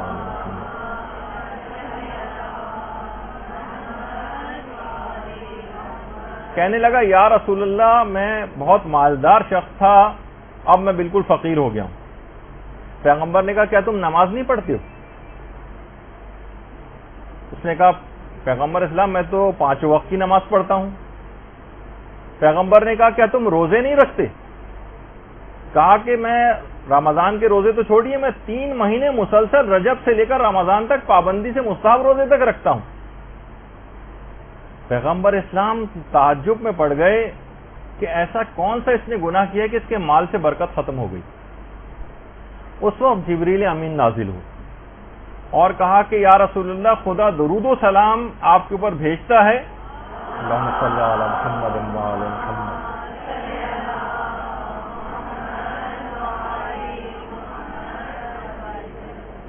آپ اس بندے سے کہہ دیں کہ اس کا جو باغ ہے اس باغ کے اندر ایک گھونسلہ ہے چڑیا کا، اس گھونسلے میں ایک بے نمازی کی ہڈی کا ایک ٹکڑا موجود جس کی نحوست کی وجہ سے تمہارے مال میں بالکل برکت ختم ہو گئی اور تم مفلس و نادار ہو گئے. پیغمبر اسلام نے اس شخص کو یہ بات بتائی. وہ شخص اپنے باغ میں گیا اور وہ عام طور پہ ہوتا ہے نا جانور کوئی نہ کوئی ٹکڑا اٹھا کر لے آتے ہیں کسی ہڈی کا، وہ اس نے گھونسلے میں سے نکال کر کسی دور جگہ پھینک کر آیا، اس کے اثرات بد دور ہوئے اور دوبارہ مال کے اندر اس کے برکت آنی شروع ہوئی۔ تو آپ خود سوچیں کہ بے نمازی کی ہڈی کا ایک چھوٹا سا ٹکڑا وہ اتنا زیادہ نحوست رکھتا ہے، تو ایک مجسم بے نمازی آپ کے اطراف میں موجود ہوں، مجسم بے نمازی آپ کے گھروں کے اندر آپ کے ساتھ رہتے ہوں، تو وہ گھر کتنی بلاؤں، تکلیفوں، مشکلات، پریشانیوں اور فقر و فاقے کا شکار ہوگا، جو لوگ آج ہر وقت اس کا ذکر کرتے رہتے ہیں۔ اب بے نمازی سے مراد یہ نہیں کہ جو شروع سے آخر تک نماز بھی نہ پڑھتا ہو، جو گنڈے دار ٹائپ کے نمازی ہوتے ہیں، کبھی پڑھ لی کبھی نہیں پڑھی، کہ فلاں نماز فجر کی روزانہ قضا ہو گئی، ساری نمازوں قضا کر کے کبھی ایک ساتھ پڑھ لیا، ان کے بھی اثرات نحوست اسی انداز کے ہوتے ہیں۔ تو اگر آپ نے خود اپنے آپ کو نمازیں ٹھیک بھی کر رہی، لوگ بڑے پریشان ہوتے ہیں، جیسے اس نے آ کر کے میں 3 مہینے کے مستحب روزے بھی رکھتا ہوں، تمام نمازیں بھی پابندی کے ساتھ پڑھتا ہوں، کوئی واجبات اپنا چھوڑتا نہیں، پھر بھی میں مفلس ہوتا جا رہا ہوں، اس وجہ سے کہ آپ تبلیغ نہیں کر رہے ہیں اپنے اطراف والے لوگوں پر۔ وہ اگر ویسے ہی خراب رہے اور آپ ذاتی طور پر اپنے عمل کو اچھا کرتے چلے گئے تو لا محالہ ان کے اثرات آپ تک پہنچیں گے، اور یہی بے برکتی اور نقصان کا سبب آپ بنیں گے۔ جیسے کوئی بہت بدبودار چیز کمرے، آپ لاکھ خوشبو لگا کے بیٹھے رہیں اور کوئی سڑی ہوئی مچھلی کمرے میں لا کے رکھ دیں تو اس کے اثرات آپ تک پہنچیں گے۔ آپ فقط اپنے لباس پر خوشبو سے اس گندے اور برے اور بدبودار چیز کے اثرات کو دور نہیں کر سکتے۔ تو بہت ضرورت اس بات کی، جب ہی ہم بار بار اس بات کو کہتے ہیں کہ تبلیغات کے اندر آپ اپنے آپ کو بھی، اگر آپ کو ٹھیک کرنا ہے اپنے حال کو بھی، تب بھی آپ کو تبلیغ کرنا پڑے گی، ورنہ دوسرے جو خراب ہوتے چلے جائیں گے آپ کے تبلیغ نہ کرنے کے نتیجے میں، اس سے آپ بھی متاثر ہوئے بغیر نہیں رہ سکتی۔ اور تو اس نماز کا ایک حق ہے شب قدر میں، اس کی تبلیغ کریں، لوگ اس کو پڑھنا شروع کریں، اور مسائل فقہ کے تحت صحیح طور پر نماز پڑھنا شروع کریں، اور نماز کو بہتر سے بہتر بنانے کے لیے اب اقدامات شروع کریں، اور اس شب میں اس کا حق ادا کرنے کی آپ نیت کریں، اور پھر پورا سال اس سلسلے میں کام بھی کریں۔ اور اگر کوئی شخص فقط پوری زندگی بھی اس نماز کے موضوع کی تبلیغ پہ لگا دے تو اس نے ایک بہت بڑا کارنامہ جو ہے وہ انجام دے دیا۔ دیکھیے، اس 2 رکعت نماز شب قدر جو آپ پڑھیں گی، اس کے ساتھ ساتھ آپ کو نماز شب بھی پڑھنا ہے اسی رات کو، یہ بھی نماز کی کنٹینیوشن ایک ہی رات میں جو آپ کو نمازیں پڑھنی ہیں، اس میں ایک تو نماز واجب نماز ہے جو آپ کو مغرب عشاء کی پڑھنی ہے، اس کے بعد یہ 2 رکعت نماز شب قدر ہے، اور اسی رات آپ کو نماز شب کی پابندی کی بھی نیت کرنی۔ اس سے بہتر کون سی رات آئے گی جب آپ اس بات کا عہد کریں گی کہ اب مجھ سے نماز شب نہیں چھوٹنی چاہیے۔ جو بالکل مبتدی ہیں، جب تک بالکل نہیں پڑھتے ہیں، میں ریکمینڈ کروں گا کہ وہ 1 مہینے تک فقط ایک رکعت نماز شب سے ابتدا کریں۔ جب وہ مکمل پابندی کے ساتھ کم سے کم 1 مہینے تک ایک رکعت پڑھ لیں گی تو پھر وہ 3 رکعت پہ چلی جائیں، پھر 3 مہینے تک 3 رکعت پڑھتی رہیں، اور اس کے بعد جب 3 مہینے تک عادی ہو جائے تو پھر آرام سے 8 رکعتیں اور 11 رکعتوں تک بھی جانا کوئی مسئلہ نہیں ہوگا، چلتے پھرتے بھی پڑھی جا سکتی ہیں، الحمد کے اوپر اکتفا بھی کیا جا سکتا ہے، تمام مستحبات بھی نکالے جا سکتے ہیں، چند منٹ کی یہ نماز، لیکن اس کا آپ کو عادی بننا پڑے گا۔ اور نماز شب کے متعلق یہ بات کہی جاتی ہے کہ یہ مانے گناہان آئندہ ہے اور کفارہ گناہان گزشتہ ہے، گزشتہ گناہوں کا کفارہ ہے اور آئندہ گناہوں سے بچانے والی چیز ہے۔ اور یہی وجہ ہے کہ باقاعدہ میں وہ تصویر تو نکال نہیں سکا کہ امام خمینی نے آپریشن سے پہلے جب مسلسل آکسیجن لگی ہوئی تھی، ایک تو یہ ہے آپ کے سامنے، اس کے بعد پھر ایک اور بھی ہے جس کی تصویر کا میرے پاس وقت نہیں تھا اس کو نکال سکوں، لیکن مسلسل ناک پہ آکسیجن لگی ہوئی، اسی حالت میں امام خمینی نے اپنی واجب نمازیں ظہر اثر کی نماز اس میں پڑھی تھی آپریشن سے پہلے، حتیٰ اسی آکسیجن لگی حالت میں نماز شب بھی ادا کی تھی، ورنہ جو اتنا کریٹیکلی ال پیشنٹ ہو اور بالکل ایکسپائر ہونے والا ہو اور اس کی جو صورتحال اس وقت ہوتی ہے کہ اس میں اپنے آپ کا اس کو ہوش نہیں ہوتا، اس میں بھی مستحب نمازیں حتیٰ کہ پوری 11 رکعت نماز شب آکسیجن لگے انہوں نے انجام دی۔ اللہم صلی علی محمد۔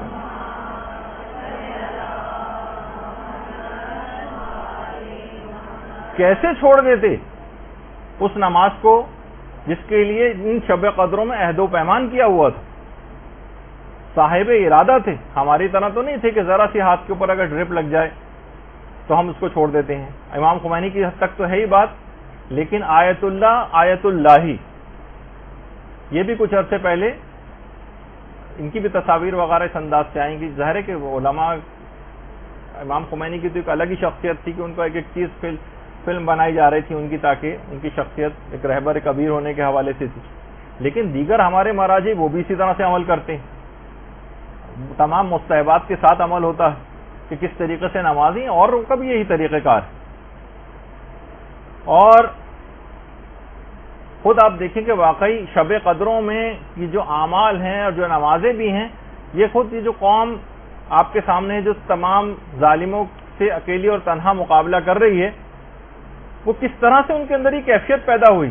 دیکھیں وہاں پہ جو بیمار ہیں, بیمار ہاسپٹلز کے اندر, اب کچھ تصاویر میں آپ کو دکھاؤں گا, اس سے ان لوگوں کا اندازہ ہوگا کہ کتنی ایمانی جذبہ اور اپنے آپ سے ان کا موازنہ کرتی جائیے گا کہ ہم معمولی سی چیزوں میں ڈرپ لگ گئی تو نمازیں چھوڑ دیتے ہیں, ہاتھوں میں کینولا لگ گیا نمازیں چھوڑ دیتے ہیں, اسپتال میں داخل ہونا پڑ گیا, مریض تو چھوڑیے لواحقین تک نماز چھوڑ دیتے ہیں کہ کیسے یہاں پر نجاست ہے اور فلاں ہے اور کیا چیز ہے. اب آپ دیکھیے ان لوگوں کی حالت کہ وہاں پہ اعمال شب قدر کے لیے مریض تک بستر پہ لیٹ کر اعمال شب قدر جو ہے وہ انجام دے رہے ہیں.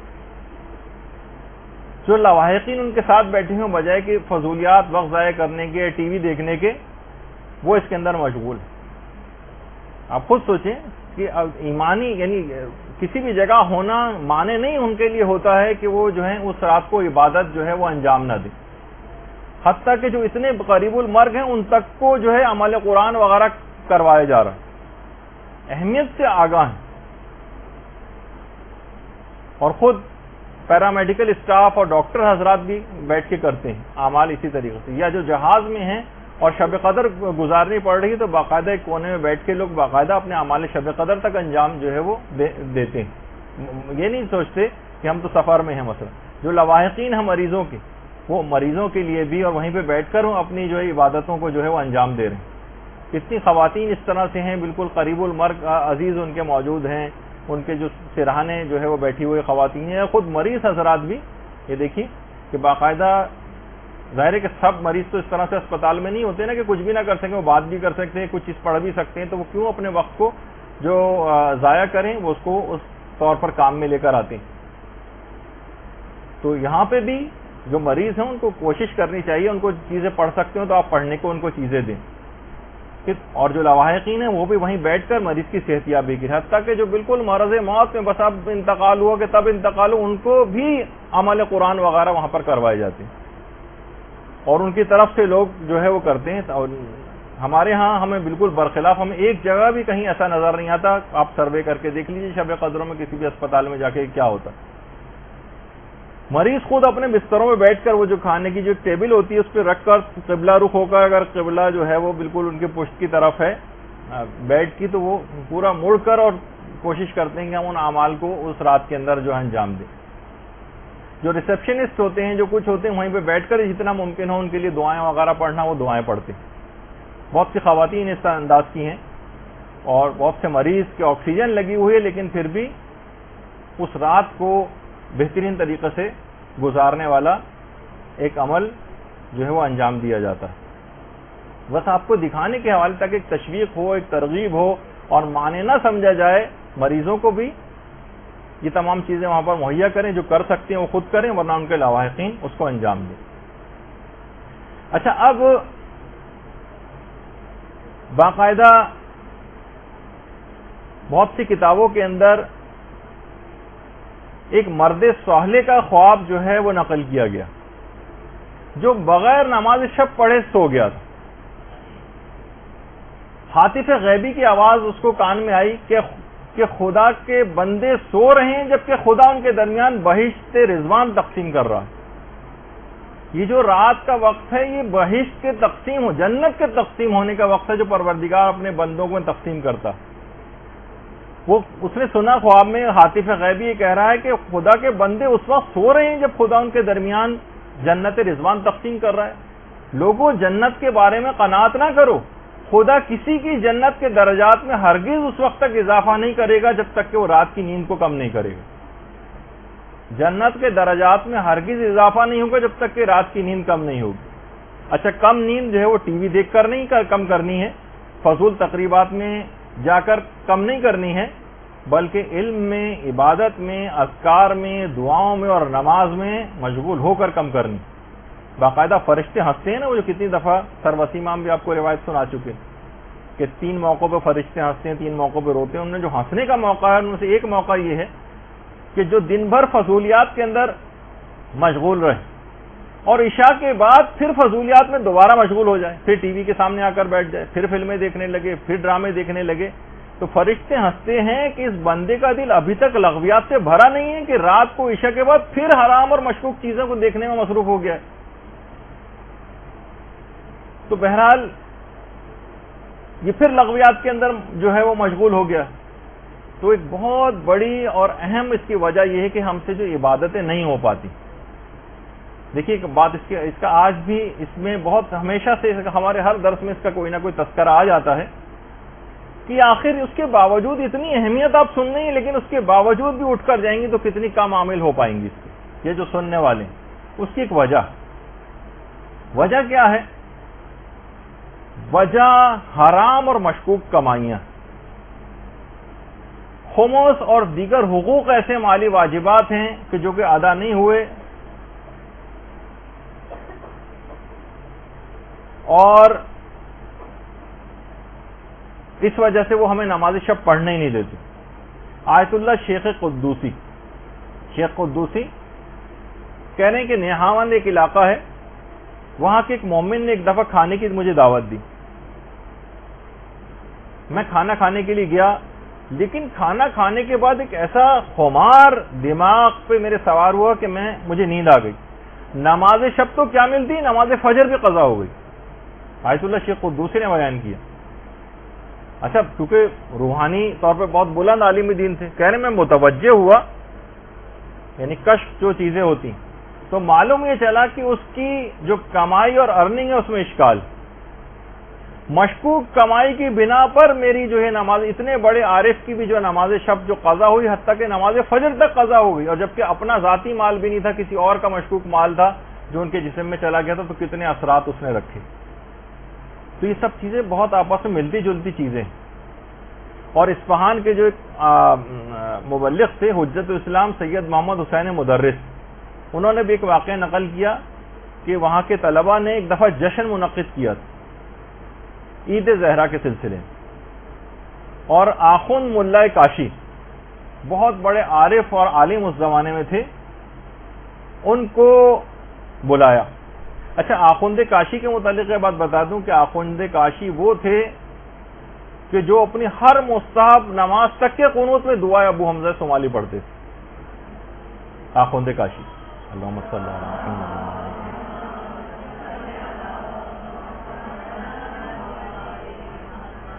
اور آخوند کاشی کہتے تھے کہ میں مدرسے کے باہر لگے ہوئے درختوں کی تسبیح کی آوازیں اپنے کانوں سے سنتا ہوں، اور ان کے جو شاگرد تھے وہ کہتے تھے، جن کا ایک واقعہ میں ایک دفعہ پہلے بھی پیش کر چکا ہوں، کہ جب ہم گئے تو ہم نے دیکھا کہ آخوند کاشی جہاں پر نماز پڑھ رہے ہیں تو اطراف کی جتنی دیواریں وہاں سے بھی تسبیح و تحلیل کی آوازیں بلند ہو رہی ہیں۔ اتنا بڑا عارف یہ دعوت جشن میں آئے، 9 ربیع الاول کا تھا، کافی رات تک جشن میں رہے اور دیر سے گھر پہنچے، رات کو سوئے تو فجر میں آنکھ کھلی، نماز شب کا وقت نکل چکا تھا، نماز شب قضا ہو گئی۔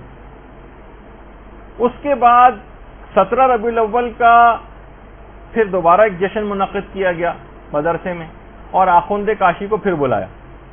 آخوند کاشی پھر آئے اور وہاں پھر دیر ہو گئی، اور گھر گئے تو بعد میں انہوں نے بتایا کہ اس رات کو میں نے پیغمبر اسلام کو خواب میں دیکھا۔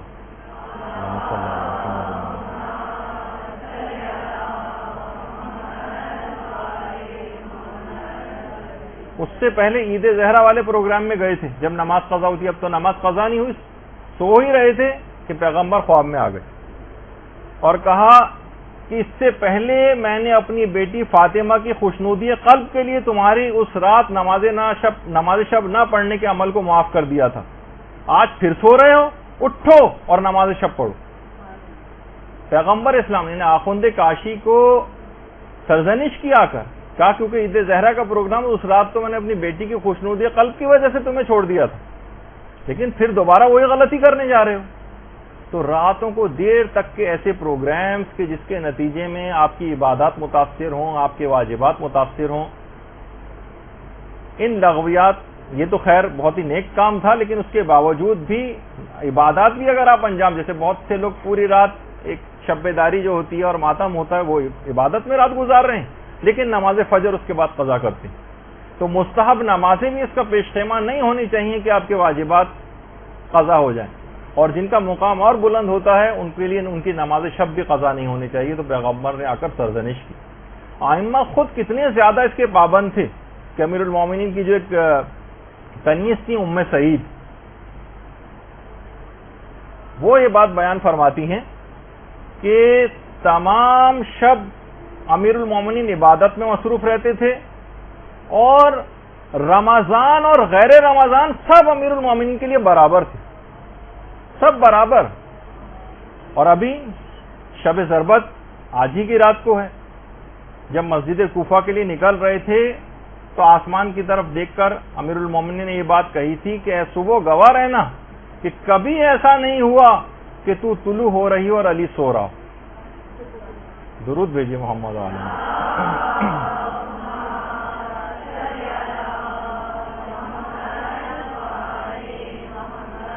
دیکھیے پھر یہ بات بیان ہو رہی ہے کہ ہر چیز کا ایک پیغام ہے، ایک فلسفہ ہے. یہ اعمال شب قدر جتنے بھی آپ انجام دیں گی، چاہے 2 رکعت نماز ہو، چاہے غسل ہو، چاہے زیارات ہوں، چاہے دعائیں ہوں، ان سب کا ایک فلسفہ ہے کہ ان عام زندگی کے دنوں کے اوپر اس رات کو آپ کو پیغامات کو پھیلانا ہے، پورے سال پر محیط کرنا ہے. پورے سال اب نماز شب کا پابند بننا ہے، پورے سال رات کے حصے کو بستر سے الگ ہونا ہے. اور یہی وجہ ہے کہ جو سجدے ہیں، یہ جو نمازیں ہیں، یہ اس حد تک سوچیے کہ جو ہستیاں ان کی اہمیت سے واقف تھیں، جیسے کہ حضرت مریم کے متعلق ملتا ہے کہ جب اسرائیل ملک الموت آئے تھے ان کے پاس اور آخری خواہش ان سے دریافت کی تھی، تو انہوں نے کہا تھا کہ اتنی مہلت مجھے دے دو کہ میں سجدے میں چلی جاؤں، اس کے بعد پھر میری روح کو نکال لینا. اور ہمارے علماء میں سے شیخ جواد انصاری حمدانی، جن کا اکثر تذکرہ آتا ہے، یہ خود فرماتے ہیں کہ حمدان میں ایک مومن نے، اچھا خود حمدانی تھے، اور جب بھی کبھی علماء اس طرح کی کوئی بات کرتے ہیں تو اپنا ذکر نہیں کرتے. ایک مومن کے ساتھ ایسا ہوا جبکہ خود مراد ہوتے ہیں. کہتے ہیں کہ حمدان میں ایک مومن نے نماز شب کے لیے جب وہ اٹھا تو دیکھا کہ 500 گھروں کی جو حدود ہے حمدان میں، اس میں ایک گھر میں زمین سے آسمان کی طرف ایک نور ساطع ہو رہا. باقاعدہ رسالہ جو لقاء اللہ ہے اس کے اندر بھی یہ واقعہ ہے. تو اسے الہام ہوا اس مومن کو کہ اس مکان میں حضرت حجت نماز شب کو ادا فرما رہے ہیں.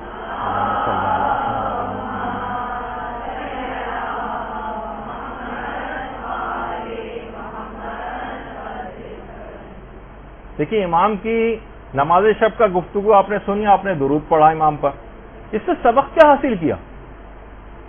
کتنوں نے عہد کیا اس بات کو سن کر کہ ہم حضرت حجت کی اس عمل کی پیروی کریں گے آج سے اور نماز شب کے پابند بن جائیں گے. طریقہ کار وہی رکھیے گا تاکہ بیچ میں سے ایک دم سے 11 رکعتیں پڑھنی شروع کر دیں گی تو اگلے دن سے نہیں پڑھیں گے. 1 مہینے تک 1 رکعت، اس کے بعد پھر 3 مہینے تک 3 رکعت، اور اس کے بعد پھر آپ بڑھاتی چلی جائیں گے تو کوئی طبیعت کے اوپر بار محسوس نہیں ہوگا.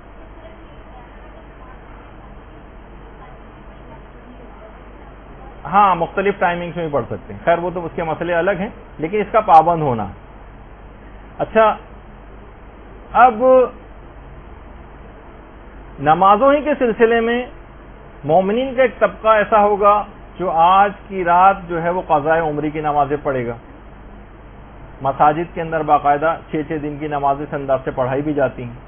تو اس کا بھی ایک پیغام ہے، وہ یہ ہے کہ یہ رات واجبات اتارنے کی رات بھی، اور اس کا پیغام یہ کہ سارا سال بھی اب واجبات اتارنے کی فکر آپ کو کرنی، اس کو پورے سال کے اوپر جاری کرنا. جبھی شب قدر کے وہ تمام فوائد اور جو اثرات ہیں وہ پورے سال آپ حاصل کریں گے. اپنے واجبات اتاریے، نہ صرف نمازیں اتارنے کی فکر کریں بلکہ روزے اتارنے کی فکر کریں، اپنے کفارے اتارنے کی فکر کریں، اپنے فدیے اتارنے کی فکر کریں. خواتین ہیں روزوں کے سلسلے میں جو نہیں رکھے، کفارے تاخیر واجب ہوتے ہیں. پچھلی زندگی میں جو اگلے سال تک روزے نہیں رکھے ان کا کفارے تاخیر دینا ہوتا ہے. بہت سے لوگوں کے اوپر حج واجب ہے، حج کے لیے نہیں جاتے، بہت سی خود ساختہ مجبوریوں کی وجہ سے. شرعی مجبوری ہوتے ایک الگ بات ہے. بہت سے لوگوں کے عمرے غلط ہوئے ہیں, جب تک عمرہ ادا نہیں صحیح طور پر ادا کر لیتے, عمرہ جو ہے وہ اس کا احرام باقی رہتا ہے, اس کو اتروانے کی فکر ہونی چاہیے. لوگوں کی امانتیں واپس کرنے کی فکر ہونی چاہیے. رد مظالم ادا کریں, لوگوں کے حقوق ادا کریں. کسی سے قرضہ لیا ہوا تو وہ ادا کریں. یہ حقوق کے ادا کرنے کی رات ہے. یعنی اس رات قضا واجب نمازیں جو پڑھی جاتی ہیں, اس کا پیغام ہے کہ سارا سال بھی آپ کوشش کریں کہ آپ اتاریں اپنے ذمے سے یہ سب چیزیں. اور کتنے ایسی چیزیں ہیں دیکھیے کہ حتیٰ کہ فطرے لوگ سوچتے ہیں فطرہ تو ہم ہر سال دیتے ہی. خود ہمارے استاد محترم بیان فرماتے تھے کہ ایک بہت بڑی غلطی ہمارے ہاں ایک یہ بھی ہونے لگی ہے کہ گھروں کا نا کوئی سسٹم صحیح طور پر بن نہیں پاتا ہے. پتہ ہی نہیں چلتا کہ گھر میں سربراہ گھر کون ہے. باپ اس طرح سے کاروبار میں اپنے ساتھ اپنے بچوں کو شامل کر لیتا ہے کہ بچوں کا پتہ نہیں چلتا کہ یہ اس کاروبار کے مالک ہیں یا باپ مالک ہے. تو بہت سی چیزیں طے نہیں کی ہوئی ہیں ہم لوگوں نے, تو اس کی وجہ سے بہت سے پرابلمس ہوتے ہیں. اب جو جس کے ڈیپینڈنٹس میں سے شمار ہوتے ہیں اس کے اوپر فطرہ واجب ہوتا ہے. اب اگر اولاد نے نکال بھی دیا اور باپ جو ہے سربراہ فیملی تھا, چاہیے کمائی باپ کے ہاتھ میں کیوں نہ لا کے دیتے ہیں, باپ ریٹائرڈ ہے گھر پہ بیٹھے ہوئے, نہیں سربراہ گھر وہ ہے, تو اس کو ان کا فطرہ بہت سارے فطرے کے مسئلے. تو اب اگر ان بچوں نے فطرہ نکال بھی دیا اور باپ نے نہیں نکالا, تو جب تک جائیداد تقسیم نہیں ہو سکتی باپ کے مرنے کے بعد, جب تک وہ سارے فطرے بھی نہ نکال دیے جائیں جو اولاد نے خود نکال دیے تھے اور باپ کے اوپر واجب تھے اور اس نے نہیں نکالے تھے. تو بہت سے اس کے اندر مسئلے ایسے ہو جاتے ہیں. فطروں کے مسئلے, کیونکہ اگلی جو کلاس ہوگی وہ چاند اور فطرے کے مسائل سے ریلیٹڈ آپ لوگوں کی ہوگی, تو اس کے اندر اس کی جو ہے تفصیل سن لیجیے گا. تو اسی طرح سے تو لوگوں کے مال میں کچھ حقوق ہوتے ہیں, ان کو آپ کو نکالنا پڑے گا. اور مرحوم کلباسی ایک عالم گزرے ہیں, شب قدر کا دیکھیے پیغام یہی بتایا جا رہا ہے کہ اپنے واجبات اتارنے کی رات, اور اگر آپ نے واجبات نہیں اتارے تو یہ ایسے برے اثرات رکھتے ہیں کہ وہی والی بات جیسے بے نمازی کی ہڈی والا واقعہ آپ نے سنا کہ اس سے کتنے اثرات ہوئے. اسی طرح سے لوگوں کے حقوق اگر آپ کے مال میں ہوں گے تو وہ بھی ایسی بے برکتی اور نقصانات کا سبب بنیں گے. مرحوم کلباسی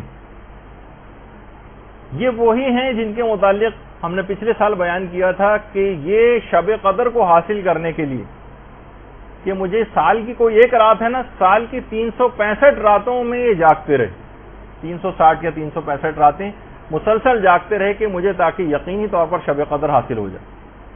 اچھا یہ تاجر بھی تھے, بزنس مین تھے. ایک دفعہ مال تجارت کے لیے ان کی کشتی اور کشتیوں کے ساتھ ان کی کشتی بھی گئی ہوئی تھی. تو اطلاع آئی کہ ایک طوفان آیا ہے اور ساری جو مال تجارت کی جو کشتیاں ہیں وہ سب کی سب ڈوب گئیں, سب کی سب ڈوب گئیں. انہوں نے کہا کہ مجھے یقین نہیں ہے, میرا مال مخمس تھا, سارے میں نے حقوق ادا کیے ہوئے تھے, ممکن ہی نہیں ہے کہ مجھے اس بات پہ یقین نہیں آتا کہ میری کشتی ڈوب گئی ہوگی. اور کچھ دن بعد ہی اطلاع آئی کہ ساری کشتیاں ڈوب گئیں, ایک کشتی نہیں ڈوبی, وہ وہی تھی جو مرحوم آیت اللہ کلباسی کی کشتی تھی.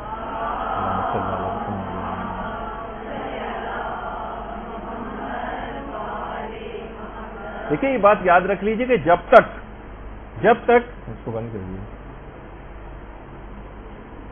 جب تک آپ لوگوں کے حقوق صحیح طور پر ادا نہیں کریں گے, نہیں اس کو ٹیڑھا ہی کر دیجیے, اس کو میرے اوپر رکھنا, اس میں ہوا کی آواز آتی ہے ورنہ مائک میں.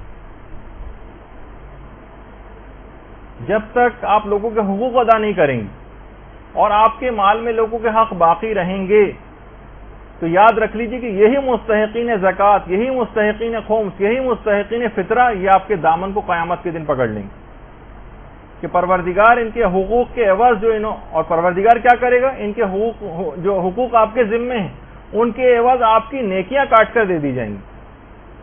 معاملہ اس قدر سخت ہوگا کہ محدث نعمت اللہ جزائری یہ بات فرماتے ہیں کہ کسی نے بقدر دانق چاندی, یعنی سمجھے کہ درہم کے چھٹے حصے کے برابر بھی, یعنی 1-2 روپے کے برابر بھی اگر کسی کا نقصان کیا ہوگا تو اس شخص کی 700 قبول شدہ نمازیں کاٹ کر صاحب حق کو دے دی جائیں گی.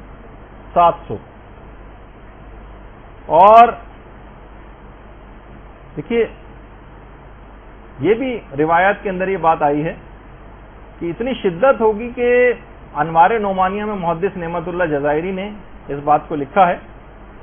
محدث نعمت اللہ جزائری کا یہ مقبرہ ہے خوزستان میں, کہ محشر میں کھڑا کر دیا جائے گا ایسے شخص کو اور کہا جائے کہ منادی ندا کرے گا جس کا جو حق ہے اس سے آ کر لے لے. فرماتے ہیں کہ اس وقت اہل محشر کے لیے اپنے پہچاننے والوں سے سخت کوئی بھی چیز نہیں ہوگی کہ مبادہ کوئی شخص آ کر ان سے حق کا مطالبہ کر دے کہ میرا حق اس نے نہیں دیا. تو اب آپ خود سوچئے کہ یہ جو مستحقین خمس ہیں, جن کا آپ نے خمس نہیں نکالا, سادات تک نہیں پہنچا, یہ گریبان پکڑیں گے, یہ دامن کو پکڑیں گے. جن تک فطرہ نہیں پہنچا, آپ کو صحیح طور پر آپ نے ادا نہیں کیا, وہ دامن پکڑیں گے. جن تک اور مالی چیزیں تھیں وہ نہیں پہنچی, یہ دامن پکڑیں گے آ کر. تو کس قدر معاملہ سخت ہو جائے گا. اور علل الشرائع میں باقاعدہ شیخ صدوق نے یہ بھی بات فرمائی ہے کہ قرض خواہ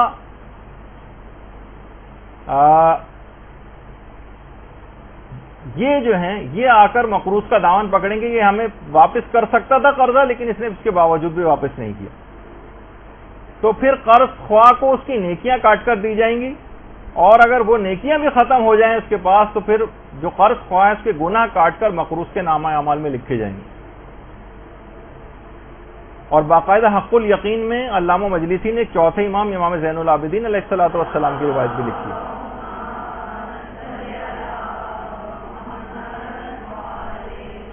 کہ مولا اگر مسلمان کو کافر سے کوئی حق طلب کرنا ہے تو اس کی تلافی کیسے ہوگی؟ وہ تو جہنمی ہے, نیکیاں اس کے پاس ہیں ہی نہیں. امام نے فرمایا اس کے حق کے برابر کافر کے عذاب میں اضافہ کر دیا جائے گا.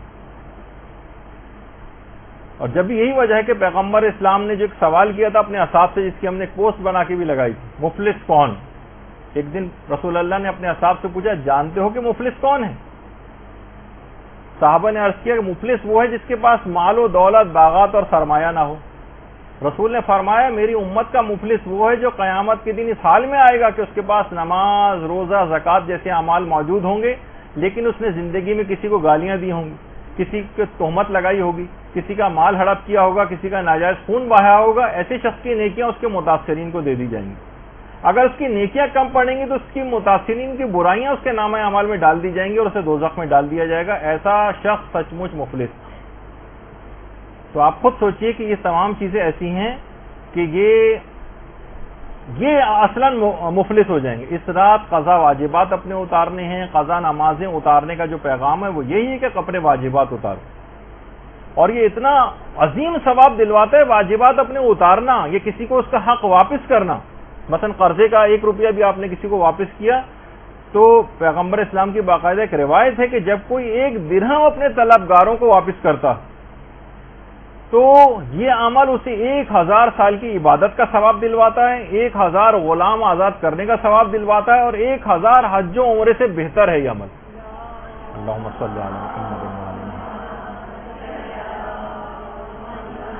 یعنی آپ کا پیسہ ضائع نہیں جا رہا, یہ اتنا ثواب آپ کو, یہ جو آپ مال لوگوں تک پہنچا رہے ہیں, اپنے پچھلے واجبات اتار کر پہنچا رہے ہیں, اتنا زیادہ آپ کو ثواب دلوانے والا عمل. اور یہ بھی روایت کے اندر آیا کہ جو بھی اپنے طلبگاروں کو راضی کر لے. دیکھیے بعض اوقات ہوتا ہے کہ ہم دے نہیں پاتے لیکن ہم اس کو راضی کر سکتے ہیں. ٹھیک ہے ہم نے تمہارا نقصان کر دیا تھا, ٹھیک ہے تمہارے ہم پر یہ چیز تھی, تم نے ہمیں قرضہ دیا تھا لیکن اس قرضے کو معاف کر دو, یہ ہمارے حالات ہے. کسی طرح سے بھی اس کو اگر راضی کر لیں تو کہہ رہے ہیں جو شخص بھی اپنے طلبگار کو راضی کر لے گا وہ بلا حساب جنت میں جائے گا, اور جنت میں اسے حضرت اسماعیل کی رفاقت نصیب ہوگی. تو نمازوں کی قضا کا جو پیغام ہے وہ یہی ہے کہ ان کو خود سے اتارنا شروع کریں. اپنے تمام واجبات کے ساتھ ساتھ خاص طور پر نمازیں ان کو اتارنا شروع کریں. حاجی نوری نے باقاعدہ ایک واقعہ لکھا ہے نجف اشرف کے ایک عالم کا. وہ عالم کہتے ہیں میں نجف اشرف میں رہا کرتا تھا. یہ نجف کی بہت پرانی تصویر ہے آپ کے سامنے. میرے والدین البتہ دوسرے شہر میں تھے اور خط و کتابت سے جو ہے وہ رابطہ ان سے رہتا تھا. تو میں نے خواب میں ایک دن دیکھا, رات کو میں سویا تو میں نے خواب میں دیکھا کہ کچھ لوگ ہیں وہ میری ماں کو مار رہے ہیں. یعنی ایسا لگا جیسے فرشتے جس طرح سے عذاب دے رہے ہوتے. میری ماں کی ناک سے خون بہ رہا ہے. میں آگے بڑھا ان کے پاس گیا کہ میری ماں کو کیوں مار رہے ہو؟ انہوں نے کہا ہم خدا کی طرف سے مامور فرشتے ہیں اور تمہاری ماں کو یہ عذاب اس وجہ سے دے رہے ہیں کہ تمہاری ماں نماز کو بہت ہلکا سمجھتی تھی، نماز نہیں پڑھتی تھی اور رمضان کے روزے بھی یہ چھوڑا کرتی تھی۔ اچھا دیکھیے، آج بھی کتنے سوالات علماء سے جو لوگ پوچھتے نظر آتے ہیں، مدرسے کے اپنے اس کے اوپر اتنے سوالات آتے ہیں، اور سب کے سب کا ہم نے جو تجزیہ اور ایک انالیسس کیا ہے وہ یہ ہے کہ ان میں سے 99% ایسے افراد ہوتے ہیں جو فقط یہ چاہتے ہیں کوئی ایسا پوائنٹ مل جائے جس سے ہم روزہ چھوڑ دیں۔ انٹینشن سوال پوچھنے کی ہوتی ہے روزہ چھوڑنا۔ مثلا کتنی خواتین ہیں بچے کو دودھ پلا رہی ہیں، سوال بس ہر وقت ان کا یہ والا سوال جو ہے وہ ہوتا ہے کہ کہیں بچے کو فیڈ میں کوئی کمی نہ ہو جائے، جبکہ آقا سستانی وغیرہ کا نظریہ ہے، وہ کہتے ہیں کہ اگر اوپر سے کوئی دودھ بچے کو پلایا جا سکتا ہے، مثلا جانور کا دودھ یا کچھ عورتیں مل کر بھی اگر پلا دیں اور اس سے بچے کا گزارا ہو جائے گا تو پھر اس کے لیے روزہ چھوڑنے میں اشکال ہے، یعنی اس کو روزہ رکھنا ہی پڑے گا اور باہر سے اس چیز کو پورا کرے۔ لیکن کیا ہے، عورتیں چاہتی ہیں چھوڑ دیں۔ بہت سارے افراد اس بات کو کہہ رہے ہوتے ہیں کہ جناب گرمی بہت ہے، ہماری جاب کے ٹائمنگز اس طرح کے ہیں اور بہت دھوپ میں بھاگنا پھرنا پڑتا ہے، ہم کیا کریں، ہم کیا روزہ رکھیں یا چھوڑ دیں۔ ان کی پوری، بہت سے لوگ تو پوچھتے نہیں، ویسے ہی چھوڑ دیتے ہیں، لیکن جو کچھ پوچھتے ہیں اس میں بھی کتنا سخت مسئلہ ہے کہ جناب یہ لوگ پہلے تو اگر یہ بغیر جاب کے رہ سکتے ہیں تو بغیر جاب کے رہیں گے، چھٹی لے سکتے ہیں تو چھٹی لے لیں، چھٹی لینا ممکن نہیں ہے، اور اگر ان کی تنخواہ مثلا کٹ جائے گی، اگر اس کے بغیر بھی ان کا گزارا ہو سکتا ہے تو ایسا کر لیں، کوئی اور ان کے پاس مال موجود ہے تو ایک مہینہ مثلا اگر نہیں کمائیں گے یہ تو اس سے گزارا ہو جائے گا، ورنہ قرضہ بھی اگر لینا پڑے تو قرضہ لیں اور اپنے روزے کو بچائیں، اور پھر بھی اگر یہ کوئی سی بھی چیز ممکن نہیں ہے تو پھر اتنا پانی پی سکتے ہیں کہ جس سے ان کی جان بچ جائے، اور اس کے بعد پورے دن امساک کرنا پڑے گا اور بعد رمضان اس کی قضا بھی کرنا پڑے گی۔ دیکھیے مسئلے کتنے زیادہ سخت ہیں اس کے۔ تو بہرحال لوگ اس انداز سے نماز و روزہ چھوڑتے ہیں۔ تو وہ عالم کہنے لگے فرشتے میری ماں کو مار رہے تھے اور کہا کہ یہ نمازیں نہیں پڑھتی تھی اور رمضان کے روزے بھی قضا کرتی تھی۔ اچھا، اب اور میری ماں کو یہ عذاب ہو رہا تھا کہ ناک سے خون بھی اس کے جاری تھا۔ ایک اچانک سے میری آنکھ کھل گئی، بیدار ہو گیا، کیونکہ دروازے پر کسی نے دستک دی تو دیکھا ایک آدمی کھڑا ہوا اور کہا کہ تمہاری ماں انتقال کر گئی ہے اور اس کا جنازہ جو ہے، اس کا جنازہ کربلا لے جایا جا رہا ہے، پہنچنے والا ہے، تم بھی فوراً پہنچو۔ یہ کہنے میں نجف سے بھاگا وہاں سے کربلا آیا تاکہ اپنی ماں کی تدفین میں شریک ہو سکے۔ یہ بھی کربلا کی ایک بہت پرانی تصویر ہے۔ اللہم صلی علی محمد۔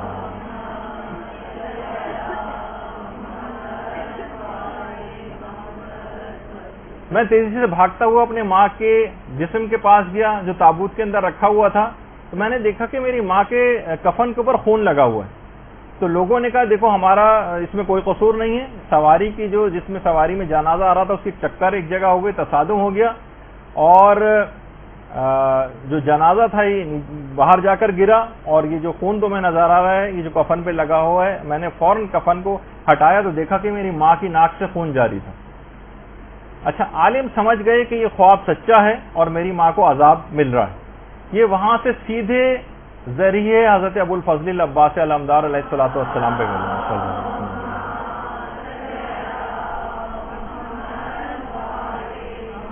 ایک بہت پرانی تصویر ہے حضرت عباس کے روضے کی، اور اب تو ماشاءاللہ ذریعہ جو ہے وہ بہت ہی پرشکوہ ہو چکی ہے۔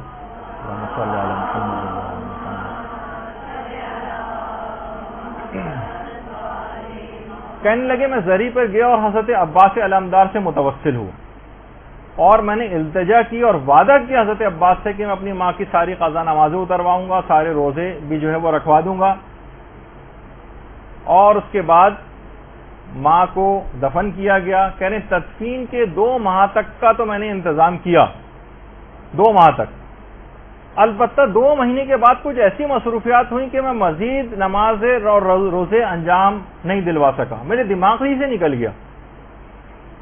وہی خواب دوبارہ پھر میں نے دیکھا، فرشتے پھر آ رہے ہیں میری ماں کو عذاب دے رہے ہیں۔ تو میں نے فرشتوں سے جا کے کہا کہ میں تو ابو الفضل العباس کے پاس جا کر اپنی ماں کا جو ہے وہ معاف کروا چکا تھا یہ سب چیزیں۔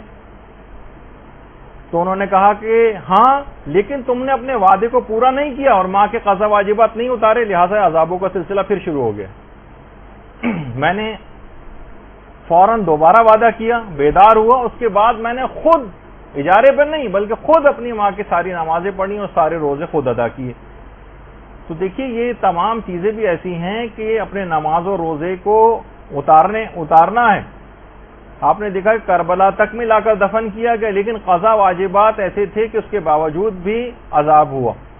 البتہ یہ ضرور ہے کہ ظاہر ماں ایسی سرکش ہوگی، ورنہ اگر کوئی عام گناہ گار ہے، چند نمازیں قضا ہیں، کچھ ہیں، تو انشاءاللہ امام کے جوار میں، کیونکہ وہ تو جگہ ایسی ہیں کہ بہرحال وہاں عذاب قبر جو ہے وہ ختم ہو جاتا ہے، لیکن کچھ اہمیت بتانے کے لیے کہ نمازیں اور روزے قضا کرنا اتنا عظیم گناہ ہے کہ بعض اوقات ان مشاہد مشرفہ میں دفن ہونا بھی عذاب کو ختم نہیں کروا سکتا، تاکہ لوگوں کو ایک جرت پیدا نہ ہو اور ان کی واجبات کی اہمیت کو سمجھیں۔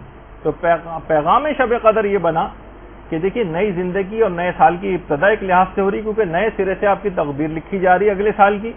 اب پورا سال اپنے قضا واجبات کو اتارنے کی فکر کیجیے اور ایک باقاعدہ ایک ڈائری بنائیے جس کا نام آپ اپنے طور پر واجبات ڈائری رکھ لیں، اس میں نوٹ کریں ساری چیزیں، اپنی وصیتیں، اپنی زبانی طور پر بھی اپنے لواحقین کو اپنے واجبات بتائیں تاکہ ان کو کچھ پتہ چلے۔ اکثر یہ ہوتا ہے کہتے ہیں والد انتقال کر گئے، والدہ انتقال کر گئیں، جو ساتھ رہتے تھے کچھ تھوڑا بہت ان کو پتہ ہوتا ہے، لیکن لوگوں کو زیادہ تر پتہ نہیں ہوتا کہ وہ اتارنے کی طرف مائل بھی ہوتے ہیں تو ان کو صحیح عدد پتہ نہیں ہوتا، یہ معلوم نہیں ہوتا کہ ان پر کتنا خمس تھا کتنا نہیں تھا۔ تو اپنے واجبات زبانی طور پہ بھی بتائیں اور ایک ڈائری بھی مرتب کریں۔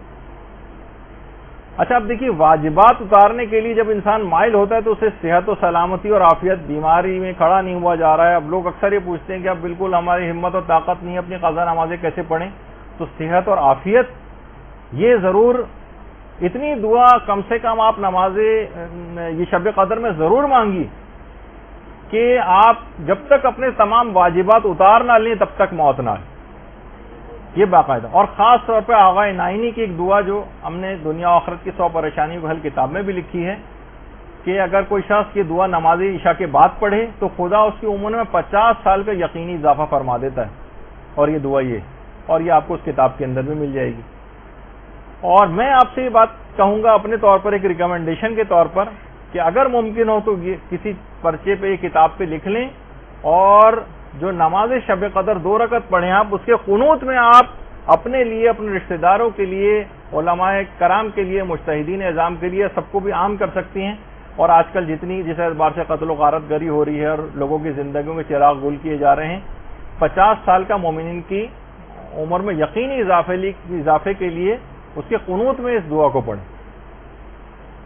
اچھا اسی طرح سے اس کوشش کریں کہ دعاؤں کو دوسروں کے لیے زیادہ سے زیادہ آپ انجام دیں اس رات۔ جب یہ علامہ مجلسی نے مفاتی میں جا کے دیکھیے گا کہ اپنے رشتہ داروں کے لیے اور اپنے عزیز و اقارب کے لیے دوسروں کے لیے دعائیں کرنے کی بہت تاکید ہے، دوسروں کے لیے دعائیں۔ یہی وجہ ہے کہ آیت اللہ حسن زادہ عاملی، جن کا پچھلی مرتبہ بھی تذکرہ ہوا تھا، یہ فرماتے ہیں کہ جب میں یہ آیت اللہ حسن زادہ عاملی کی جوانی کی تصویر کہ میں جب اپنے استاد آیت اللہ سید محمد حسین طباطبائی کی خدمت میں گیا تو آیت اللہ طباطبائی نے آیت اللہ حسن زادہ عاملی کو ایک بات بتائی، اور وہ ہمارے لیے بھی ہے۔ کہتے ہیں کہ میں نے جب سے ہوش سنبھالا ہے، آیت اللہ محمد حسین طباطبائی، جب سے میں نے ہوش سنبھالا ہے اور اپنے آپ کو شناخت کیا ہے، تب سے میں نے ایک دعا بھی آج تک اپنے لیے نہیں مانگی اور ہمیشہ دعاؤں کو سب کے لیے عام کیا اور سارے مومنین کو اس میں شامل کیا۔ باقاعدہ جو ان کی کتاب ہے 1001 کلمہ، اس میں آیت اللہ حسن زادہ عاملی نے یہ بات لکھی اور کہا کہ مجھ پر اس بات کا بہت ہی زیادہ اثر ہوا تھا جب یہ آیت اللہ محمد حسین طباطبائی نے مجھے یہ بات بتائی تھی۔ اور شہزادی بھی یہی وجہ سے، شہزادی کی سیرت سامنے تھی کہ جو کہ اللہم صلی علی محمد و علی محمد،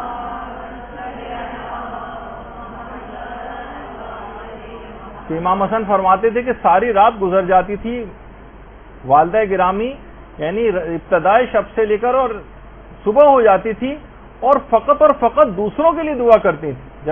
جب وہ پوچھتے بھی تھے کہ ایسا کیوں ہے تو وہ کہتی تھی الجار ثم الدار، پہلے پڑوسی، پہلے دیگر لوگ، اس کے بعد پھر اپنے گھر والے۔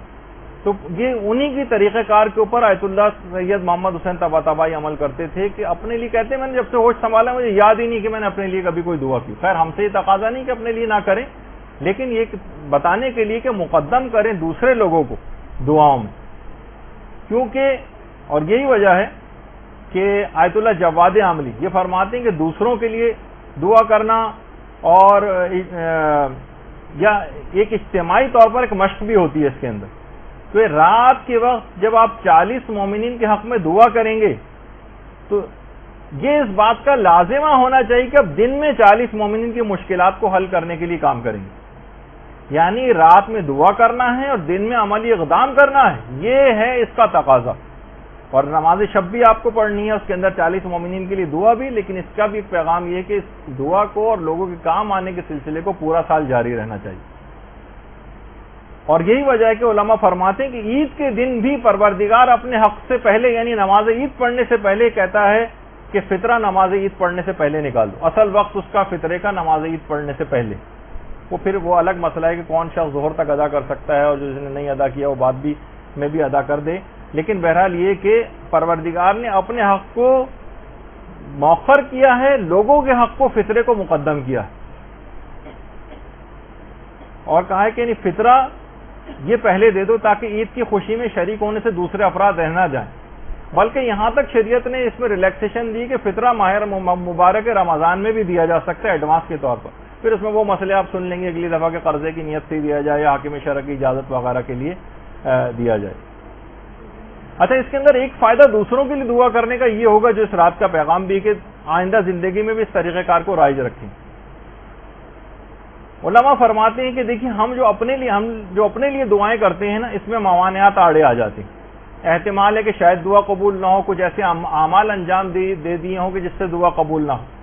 لیکن جب آپ دوسروں کے لیے دعا کرتی ہیں تو ایک فرشتہ خلق ہوتا ہے, اور وہی دعا جو آپ کر رہی ہیں اپنے لیے دوسروں کے لیے کر رہی ہیں, وہی فرشتہ آپ کے اپنے حق میں کرنا شروع کر دیتا ہے. اور فرشتوں کے لیے کیونکہ موانعات کوئی نہیں ہے اور کوئی طریقہ کار ایسا نہیں کہ فرشتوں کی دعا قبول نہ ہو, کہ ان کے اعمال وغیرہ کا بھی کوئی مسئلہ نہیں ہے کہ وہ نافرمانی خدا معاذ اللہ انجام دیتے ہوں, تو کوئی چانس ہی نہیں بنتا کہ وہ دعا ان کی رد ہو جائے. تو دوسروں کے لیے مقدم کرنا یہ بہت اہم بات ہے. بلکہ علامہ سید ابن طاؤس تو ایک بڑی عجیب بات کہتے تھے شب قدر میں تو مومنین کے لیے دعا کرنی ہے.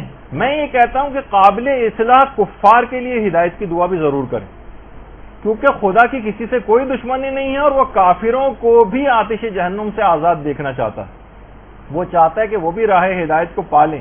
جو اس قابل ہوں ان کی ہدایت ہو جائے اس کی دعا کریں, اور جو اس قابل نہ ہوں فتنہ پرور ہوں ان کی نابودی کی دعا کریں, ان کے لیے باقاعدہ بد دعا کریں کہ ان کے منحوس وجود سے زمین پاک ہو جائے.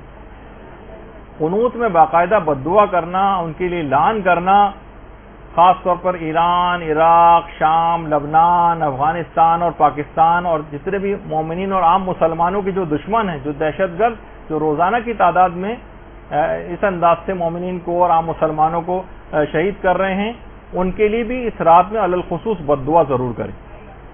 اور یہ سلسلہ دعاؤں کا اور ظالمین کے لیے بد دعا کا یہ سارا سال بھی جاری رہنا چاہیے. اور یہی وجہ جو پیغمبر اسلام کی جس سے پہلے میں نے پیش کی تھی, جو ہمارے بہار الانوار کے اندر بھی اور عام مسلمانوں نے بھی اس کو اپنی کتابوں کے اندر نقل کیا ہے کہ جو ایمان اور احتساب کے ساتھ اس رات عبادت کے لیے کھڑا رہے گا اس کے تمام گزشتہ گناہ معاف ہو جائیں گے. بہت سی روایتوں میں ہے کہ آئندہ گناہ بھی معاف ہو جائیں گے. تو باقاعدہ یہ تمام چیزیں کاغذ قلم جو ہے وہ لے کر بیٹھیں اور یاد کریں کہ کون کون سی اس قسم کے جو ہے وہ ہم نے اعمال انجام دیے تھے, اور اپنے اوپر خود پر ایک تنقیدی نگاہ ڈالیں. ہم نے بہت بڑا مسئلہ یہ کہ خود پر تنقیدی نگاہ ڈالنا بند کر دیا. سوء ظنی رکھنی ہے اپنے آپ سے رکھیں, کینہ رکھنا ہے اپنے آپ سے رکھیں, بری نگاہ ڈالنی ہے اپنے اوپر بری نگاہ ڈالی, اپنے زکام کو بھی آپ کو کوڑ سمجھنا ہے. یہ احتساب کی رات ہے, اور آئینہ بن کر تمام برائیاں آپ کے سامنے آشکار ہو جائیں گی کہ ہم نے کون کون سی پروردگار عالم کی ایسی نافرمانیاں کی, کتنے احکام پائمال کی ہیں. سارے گناہوں کو اپنے یاد کریں, احتساب کریں اپنا, اور آئندہ بھی نہ کرنے کا عزم کریں. پیغمبر نے کہا جو ایمان اور احتساب کے ساتھ اس رات کو عبادت کرے گا اس کے تمام گناہ معاف ہوں. شرط لگائیے, ورنہ مطلق اور عام نہیں کیا.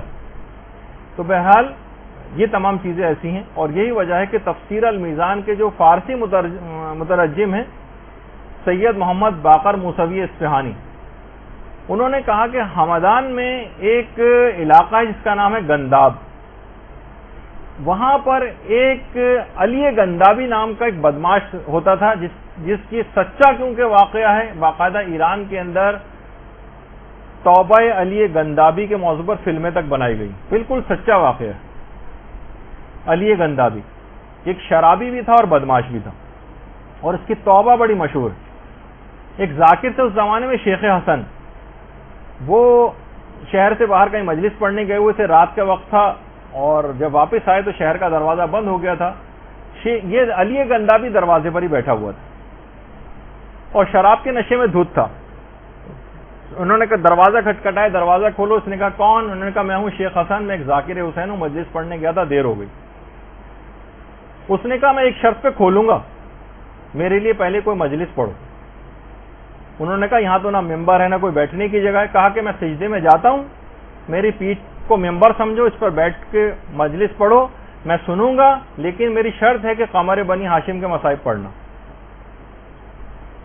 اچھا، انہوں نے مجلس پڑھی اسی کمر پہ بیٹھ کر، اس نے خوب گریہ کیا، یعنی وہ موقع آ گیا علی گندابی کے پاس توبہ کا، جو یہ موقع آج کی رات آپ کو ایک گولڈن چانس شب قدر کی صورت میں ملنے والا۔ موقع سے فائدہ اٹھائیں جیسے علی گندابی نے اٹھایا۔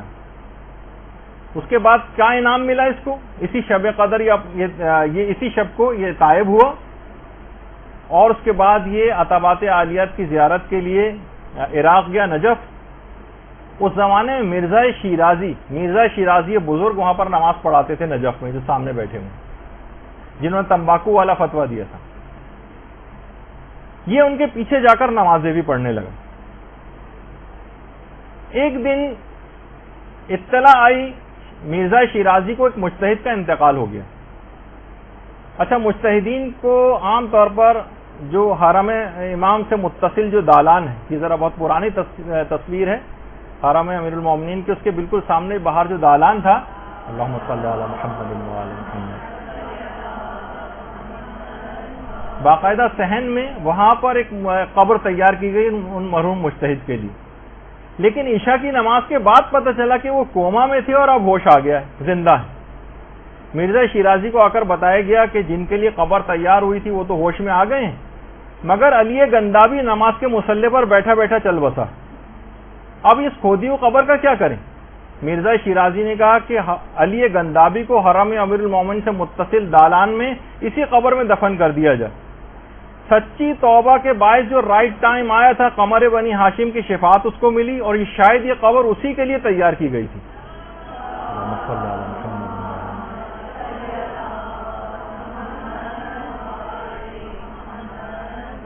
تو دیکھیے، مواقع بار بار نہیں آتے۔ اس نے اس موقع سے فائدہ اٹھایا، موقع توبہ کا آ گیا تھا۔ شب قدر سے اچھا کوئی موقع توبہ کا ہوگا آپ کے پاس؟ نہیں آئے گا۔ تو جیسے اس نے پکارا قمر بنی ہاشم کو، یہ ہستیاں ایسے ہی شفیع ہیں، ان کو پکاریے۔ شب قدر امام زمانہ علیہ السلام اور شہزادی حضرت فاطمہ الزہرا سلام اللہ علیہا سے منسوب۔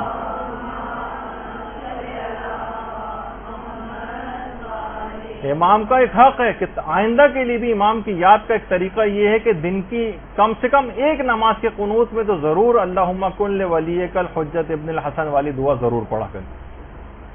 اور یہ کتنا حسین منظر ہوتا ہے شب قدر میں کہ فرشتوں کے جھرمٹ میں جبریل امین زمین کی جانب رواں دواں ہوتے ہیں، ان کی خوشی کا کوئی ٹھکانہ نہیں ہوتا کہ کائنات کے امام وقت جو ہے ان کی خدمت میں حاضری نصیب ہو رہی۔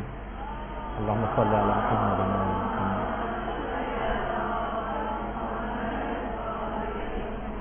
اور فائنل تقدیریں لکھے جانے کے بعد فائنل دستخط اور امضا کے لیے امام کے پاس آتی، اور یہ بھی اس رات کو یاد کرنے کا ایک فلسفہ امام کو یہ کہ امام کے پاس آپ کی تقدیریں آتی ہیں، اور عام دنوں میں بھی ہفتے میں کم سے کم 2 دن آپ کا جو نامہ اعمال، جو ہمارا سیاہ نامہ اعمال ہے، جو باعث شرم نامہ اعمال، یہ امام زمانہ کے سامنے پیش کیا جاتا، اور ساری رپورٹ امام کو پیش کی جاتی۔ اب خود سوچیں کہ ہمارے دلوں کے چھپے ہوئے خیالات سے بھی جو چیزیں جو واقف ہوں، اور ایک ایک چیز اس کے اندر ایسے فرشتوں نے لکھ دی ہو جو ہر چیز سے جو بھی ہم کام کرتے ہیں، غیبتیں کرتے ہیں اور ہم گانے سن رہے ہیں اور لڑائی جھگڑے کر رہے ہیں، ایک دوسرے کو برا بلا، کینے، حسد، سب کچھ تفصیلات لکھی ہوئی امام زمانہ کے دل مقدس پر جو ہے وہ کیا گزرتی ہوگی۔ تو اس رات کا ایک یہ ہے کہ اس رات کا کہ امام زمانہ سے منسوب رات ہے، اس رات کو بھی ان کو یاد کرنا ہے، اور ایک یہ کہ اس کو سارے سال پر محیط کرنا ہے امام کے ذکر۔ سوچیں کہ ہمارے نامہ اعمال ہفتے میں 2 بار امام کے سامنے پیش کیے جا رہے ہیں۔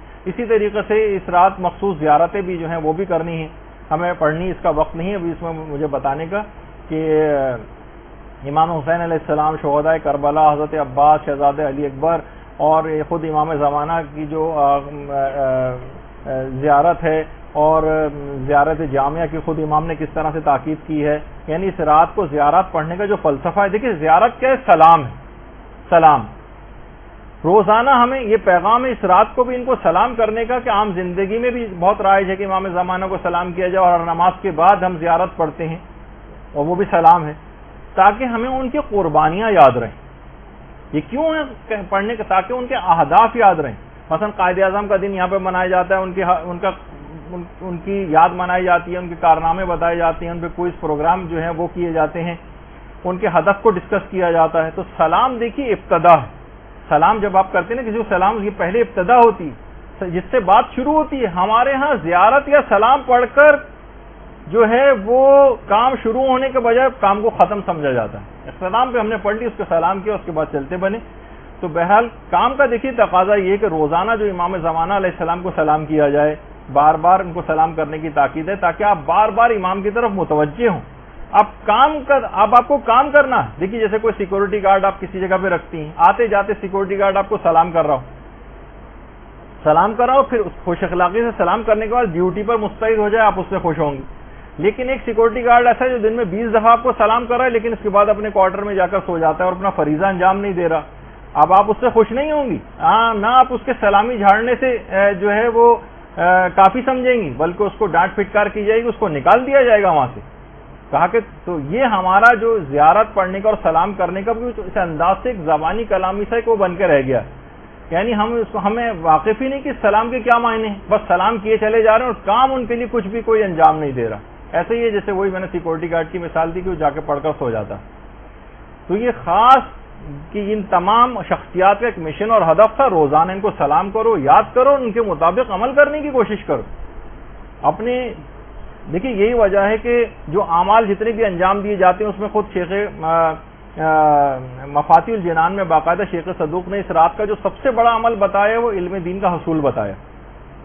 ہم اس پر نہیں دیکھتے کوئی اس اصول کے اوپر کوئی کاربند ہو، یہ علم آپ کی شفاعت کروائے گا۔ دیکھیے کتنے خواتین ایسی ہیں جو اب ایک چیز ہونی شروع ہو گئی، جیسے کہ ہم فیس بک پہ مختلف حدیثیں لگاتے ہیں، آپ لوگ اس کو شیئر کرتی ہیں، تو یہ خود یہ شیئر کرنا ایک تبلیغ کے اندر حصہ بننا، زیادہ سے زیادہ ان چیزوں کو شیئر کر کے دوسروں تک پہنچائیں۔ اور یہ اتنا بڑا عمل ہے تبلیغ کا کہ آیت اللہ مرشی نجفی فرماتے تھے کہ جس زمانے میں میری عمر 30 سال تھی، 30 سال کی تھی مرشی نجفی کی عمر، جو ان کی تصویر سامنے ہے، کہنے میں نے 30 سال کی عمر میں قیامت کا پورا منظر اپنی آنکھوں سے دیکھا تھا۔ میں نے دیکھا کہ قیامت آ گئی اور خوفناک سور پھونکا گیا ہے، اور اس کے بعد پھر حساب و کتاب کی جگہ پہ مجھے لے جایا گیا۔ یہ جگہ اس جگہ سے الگ تھی کہ جہاں پر عام لوگوں کا حساب کتاب ہو رہا تھا، اور مجھے یہ بات بتائی گئی کہ اہل علم افراد کی عزت و اکرام کی وجہ سے ان کا حساب کتاب الگ رکھا گیا، عام لوگوں کے سامنے نہیں۔ میں خیمے میں ایک میں داخل ہوا تو میں نے دیکھا کہ پیغمبر اسلام ایک ممبر پہ تشریف فرما،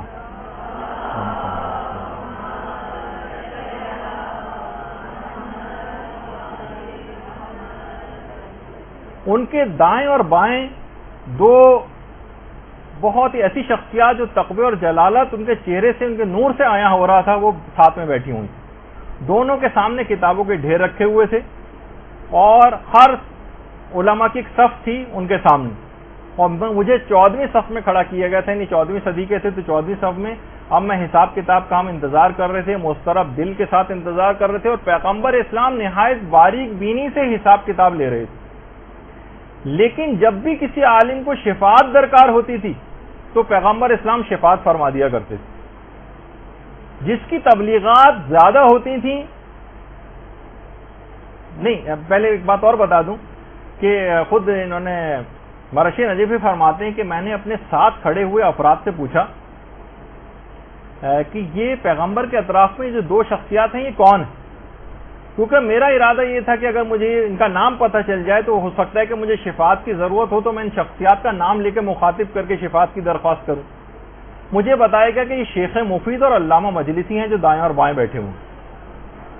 اچھا، ان کی جو کتابیں تھیں، ان کی جو تالیفات، وہ ان کا ذریعہ شفاعت تھیں۔ جس کی تبلیغات زیادہ تھیں، جس کی کتابیں زیادہ تھیں، اس کو حق شفاعت دوسرے کی نسبت زیادہ تھا۔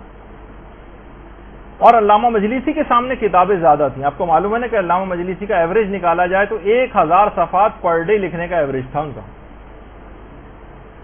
اور ہمارا جو پوری زندگی میں بھی ایک صفحہ لکھنے کا نہیں ہوتا بعض اوقات۔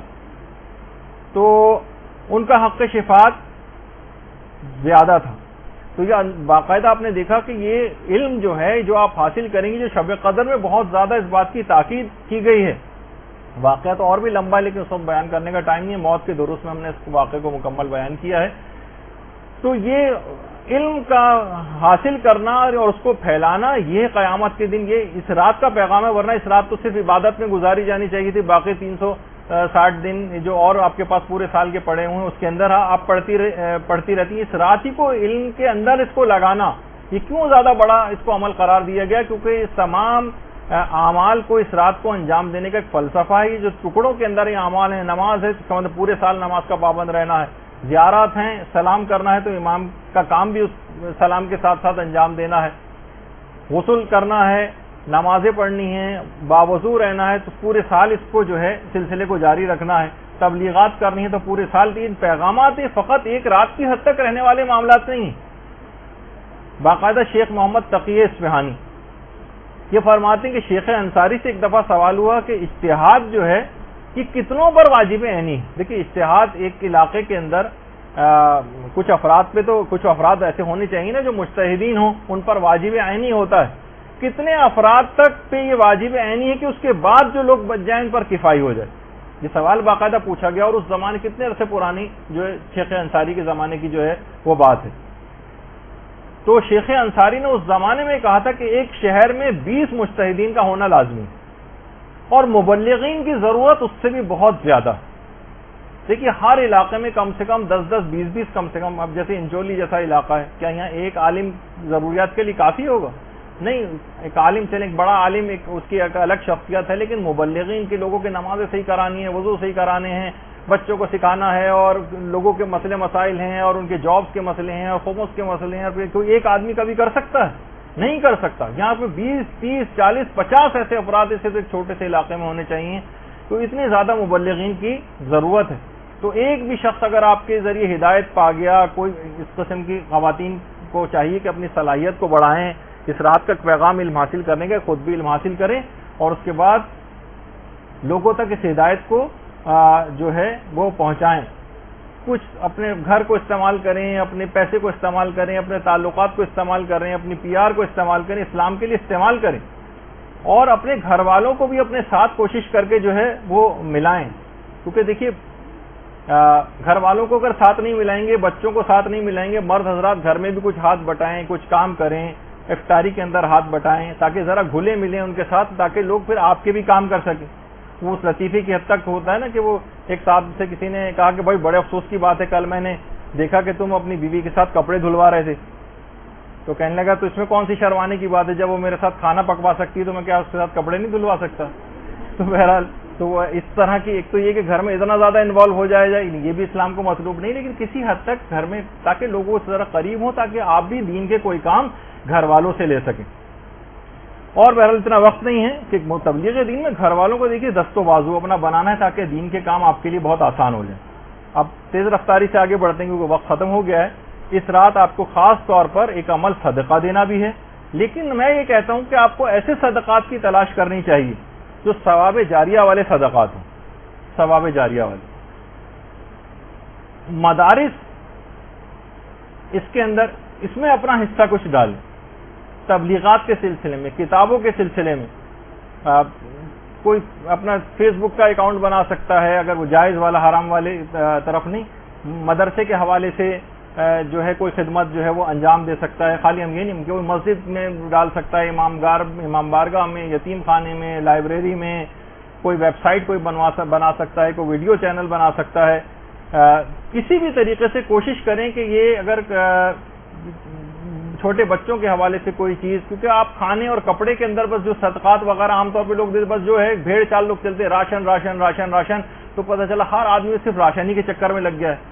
بڑے بڑے ادارے سے لے کر چھوٹے بس صرف اور صرف راشن آٹا اسی کے اندر سارے لگ گئے. اور بھی چیزوں کی ضروریات اس انداز سے ہوتی ہیں. کفاروں کے وغیرہ میں تو خیر وہی دینے پڑتے ہیں، لیکن عام طور پر جو اور صدقات ہیں لوگ صرف راشن ہی کوئی چیز سمجھتے ہیں، جو ایک دن کھائے گا اسی دن ختم ہو جائے گا. صدقات جاریہ کی طرف نہیں جاتے. یہ وہ چیزیں ہیں کہ جس سے لوگ منقلب ہوتے ہیں، نسلوں تک کی چیزیں جو ہیں وہ ہوتی ہیں.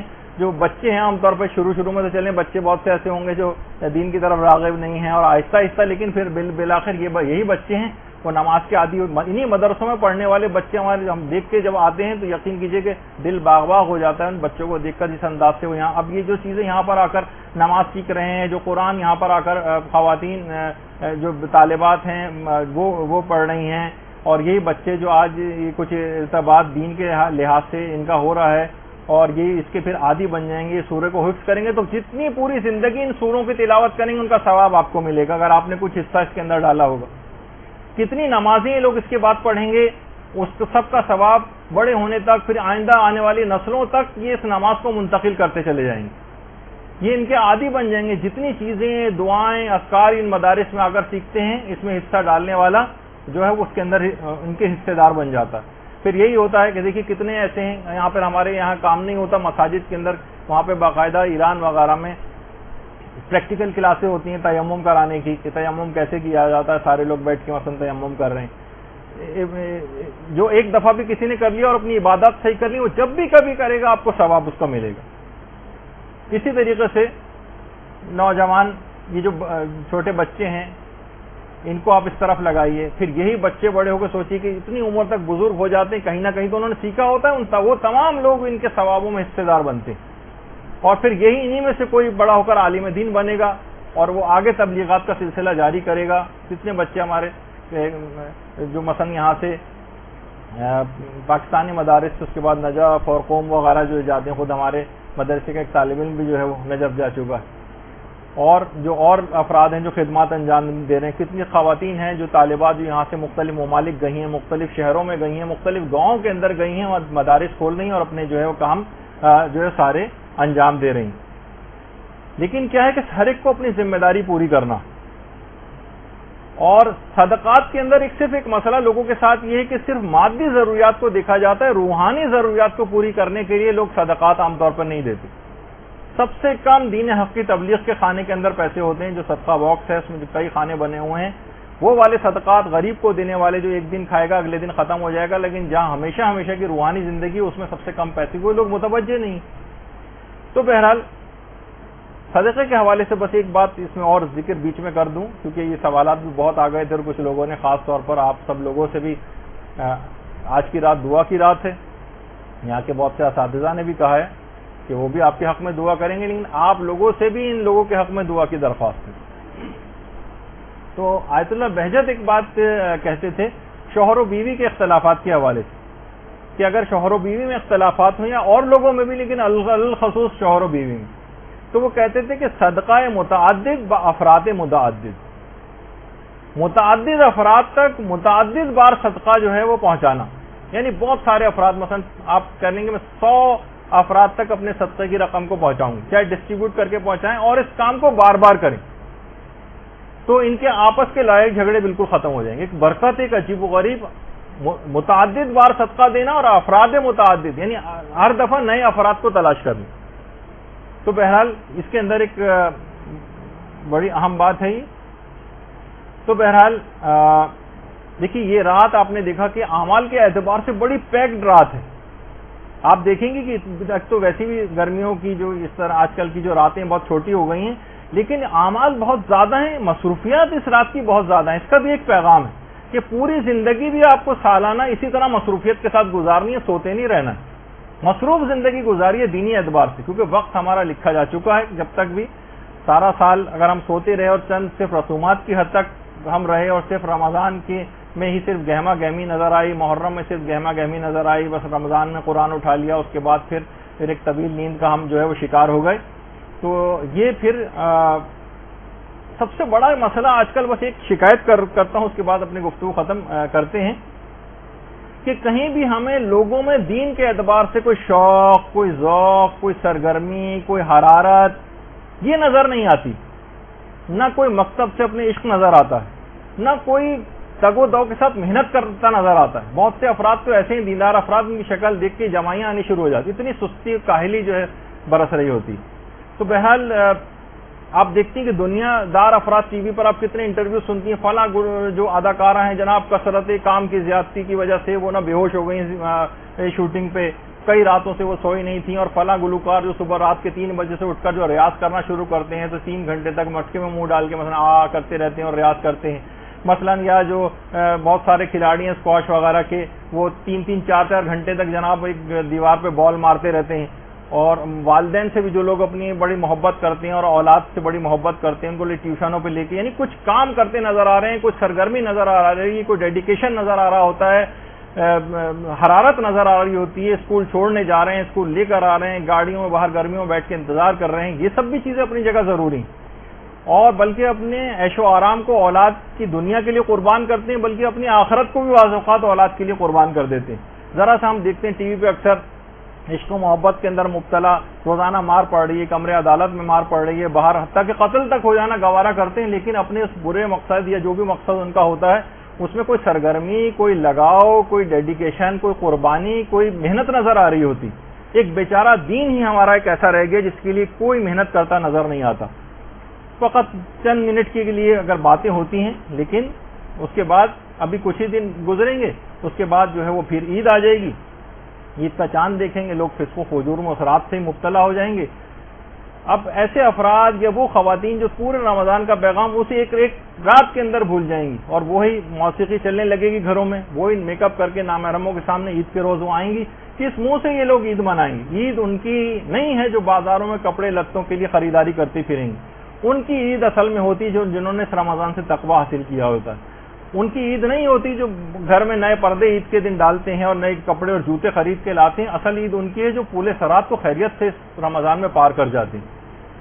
تو بہرحال وہ جو شعر بھی ہے نا حضرت حور کے حوالے سے ہے کہ شکوہ عید کا منکر نہیں ہوں میں، لیکن قبول حق ہے فقط مرد حور کی تکبیر.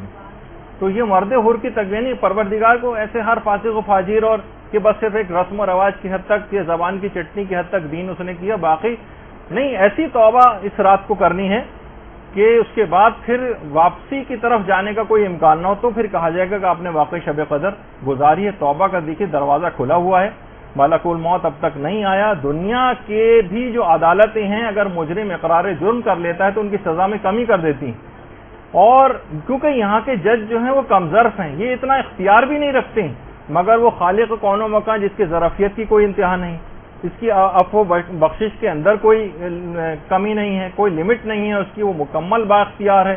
اس کے فیصلے اس پر حکومت نہیں کرتے بلکہ وہ اپنے فیصلوں پر حکومت کرتا ہے. تو اگر ہم آج کی رات توبہ، حقیقی توبہ کر لیں اور اقبال جرم کر لیں تو وہ ہمارے ندامت سے جھکے ہوئے سر کو دیکھ کر سزا میں صرف کمی نہیں کرے گا بلکہ پوری سزا کو بھی معاف کر دے گا. یہ رات شب قدر ہے، اس رات میں اپنی حقیقت کو پہچانیے. یہ ہم جو مومنین ہیں یہ باز شاہی ہیں، یہ گندگیوں پہ کہاں منہ مارتے پھر رہے ہیں. آپ کے اعمال کی قدر و قیمت دیکھیے، فقط جنت ہے، اس کو حقیر چیزوں پہ فروخت نہ کریں. وہ مومن جس کی عظمت خانہ کعبہ سے بھی زیادہ قرار دی گئی ہے، کیوں اپنا قبلہ اس رات کو درست نہیں کرتے؟ اگر آج کی رات اپنی حقیقت کو آپ پہچان لیں اور حقیقی توبہ کر کے ایک نئے عزم کے ساتھ اس رات کا اگر سورج آپ نے طلوع کر لیا تو یاد رکھ لیجئے کہ قرب خداوندی کی ایسی منازل آپ اس رات کو طے کریں گی کہ 1000 مہینوں کی راتوں کی ریاضت بھی ایک جست میں آپ طے کر لیں گی. اور اس رات کو اگر حقیقی طور پر آپ نے توبہ کر کے اور ایک عہد کر لیا.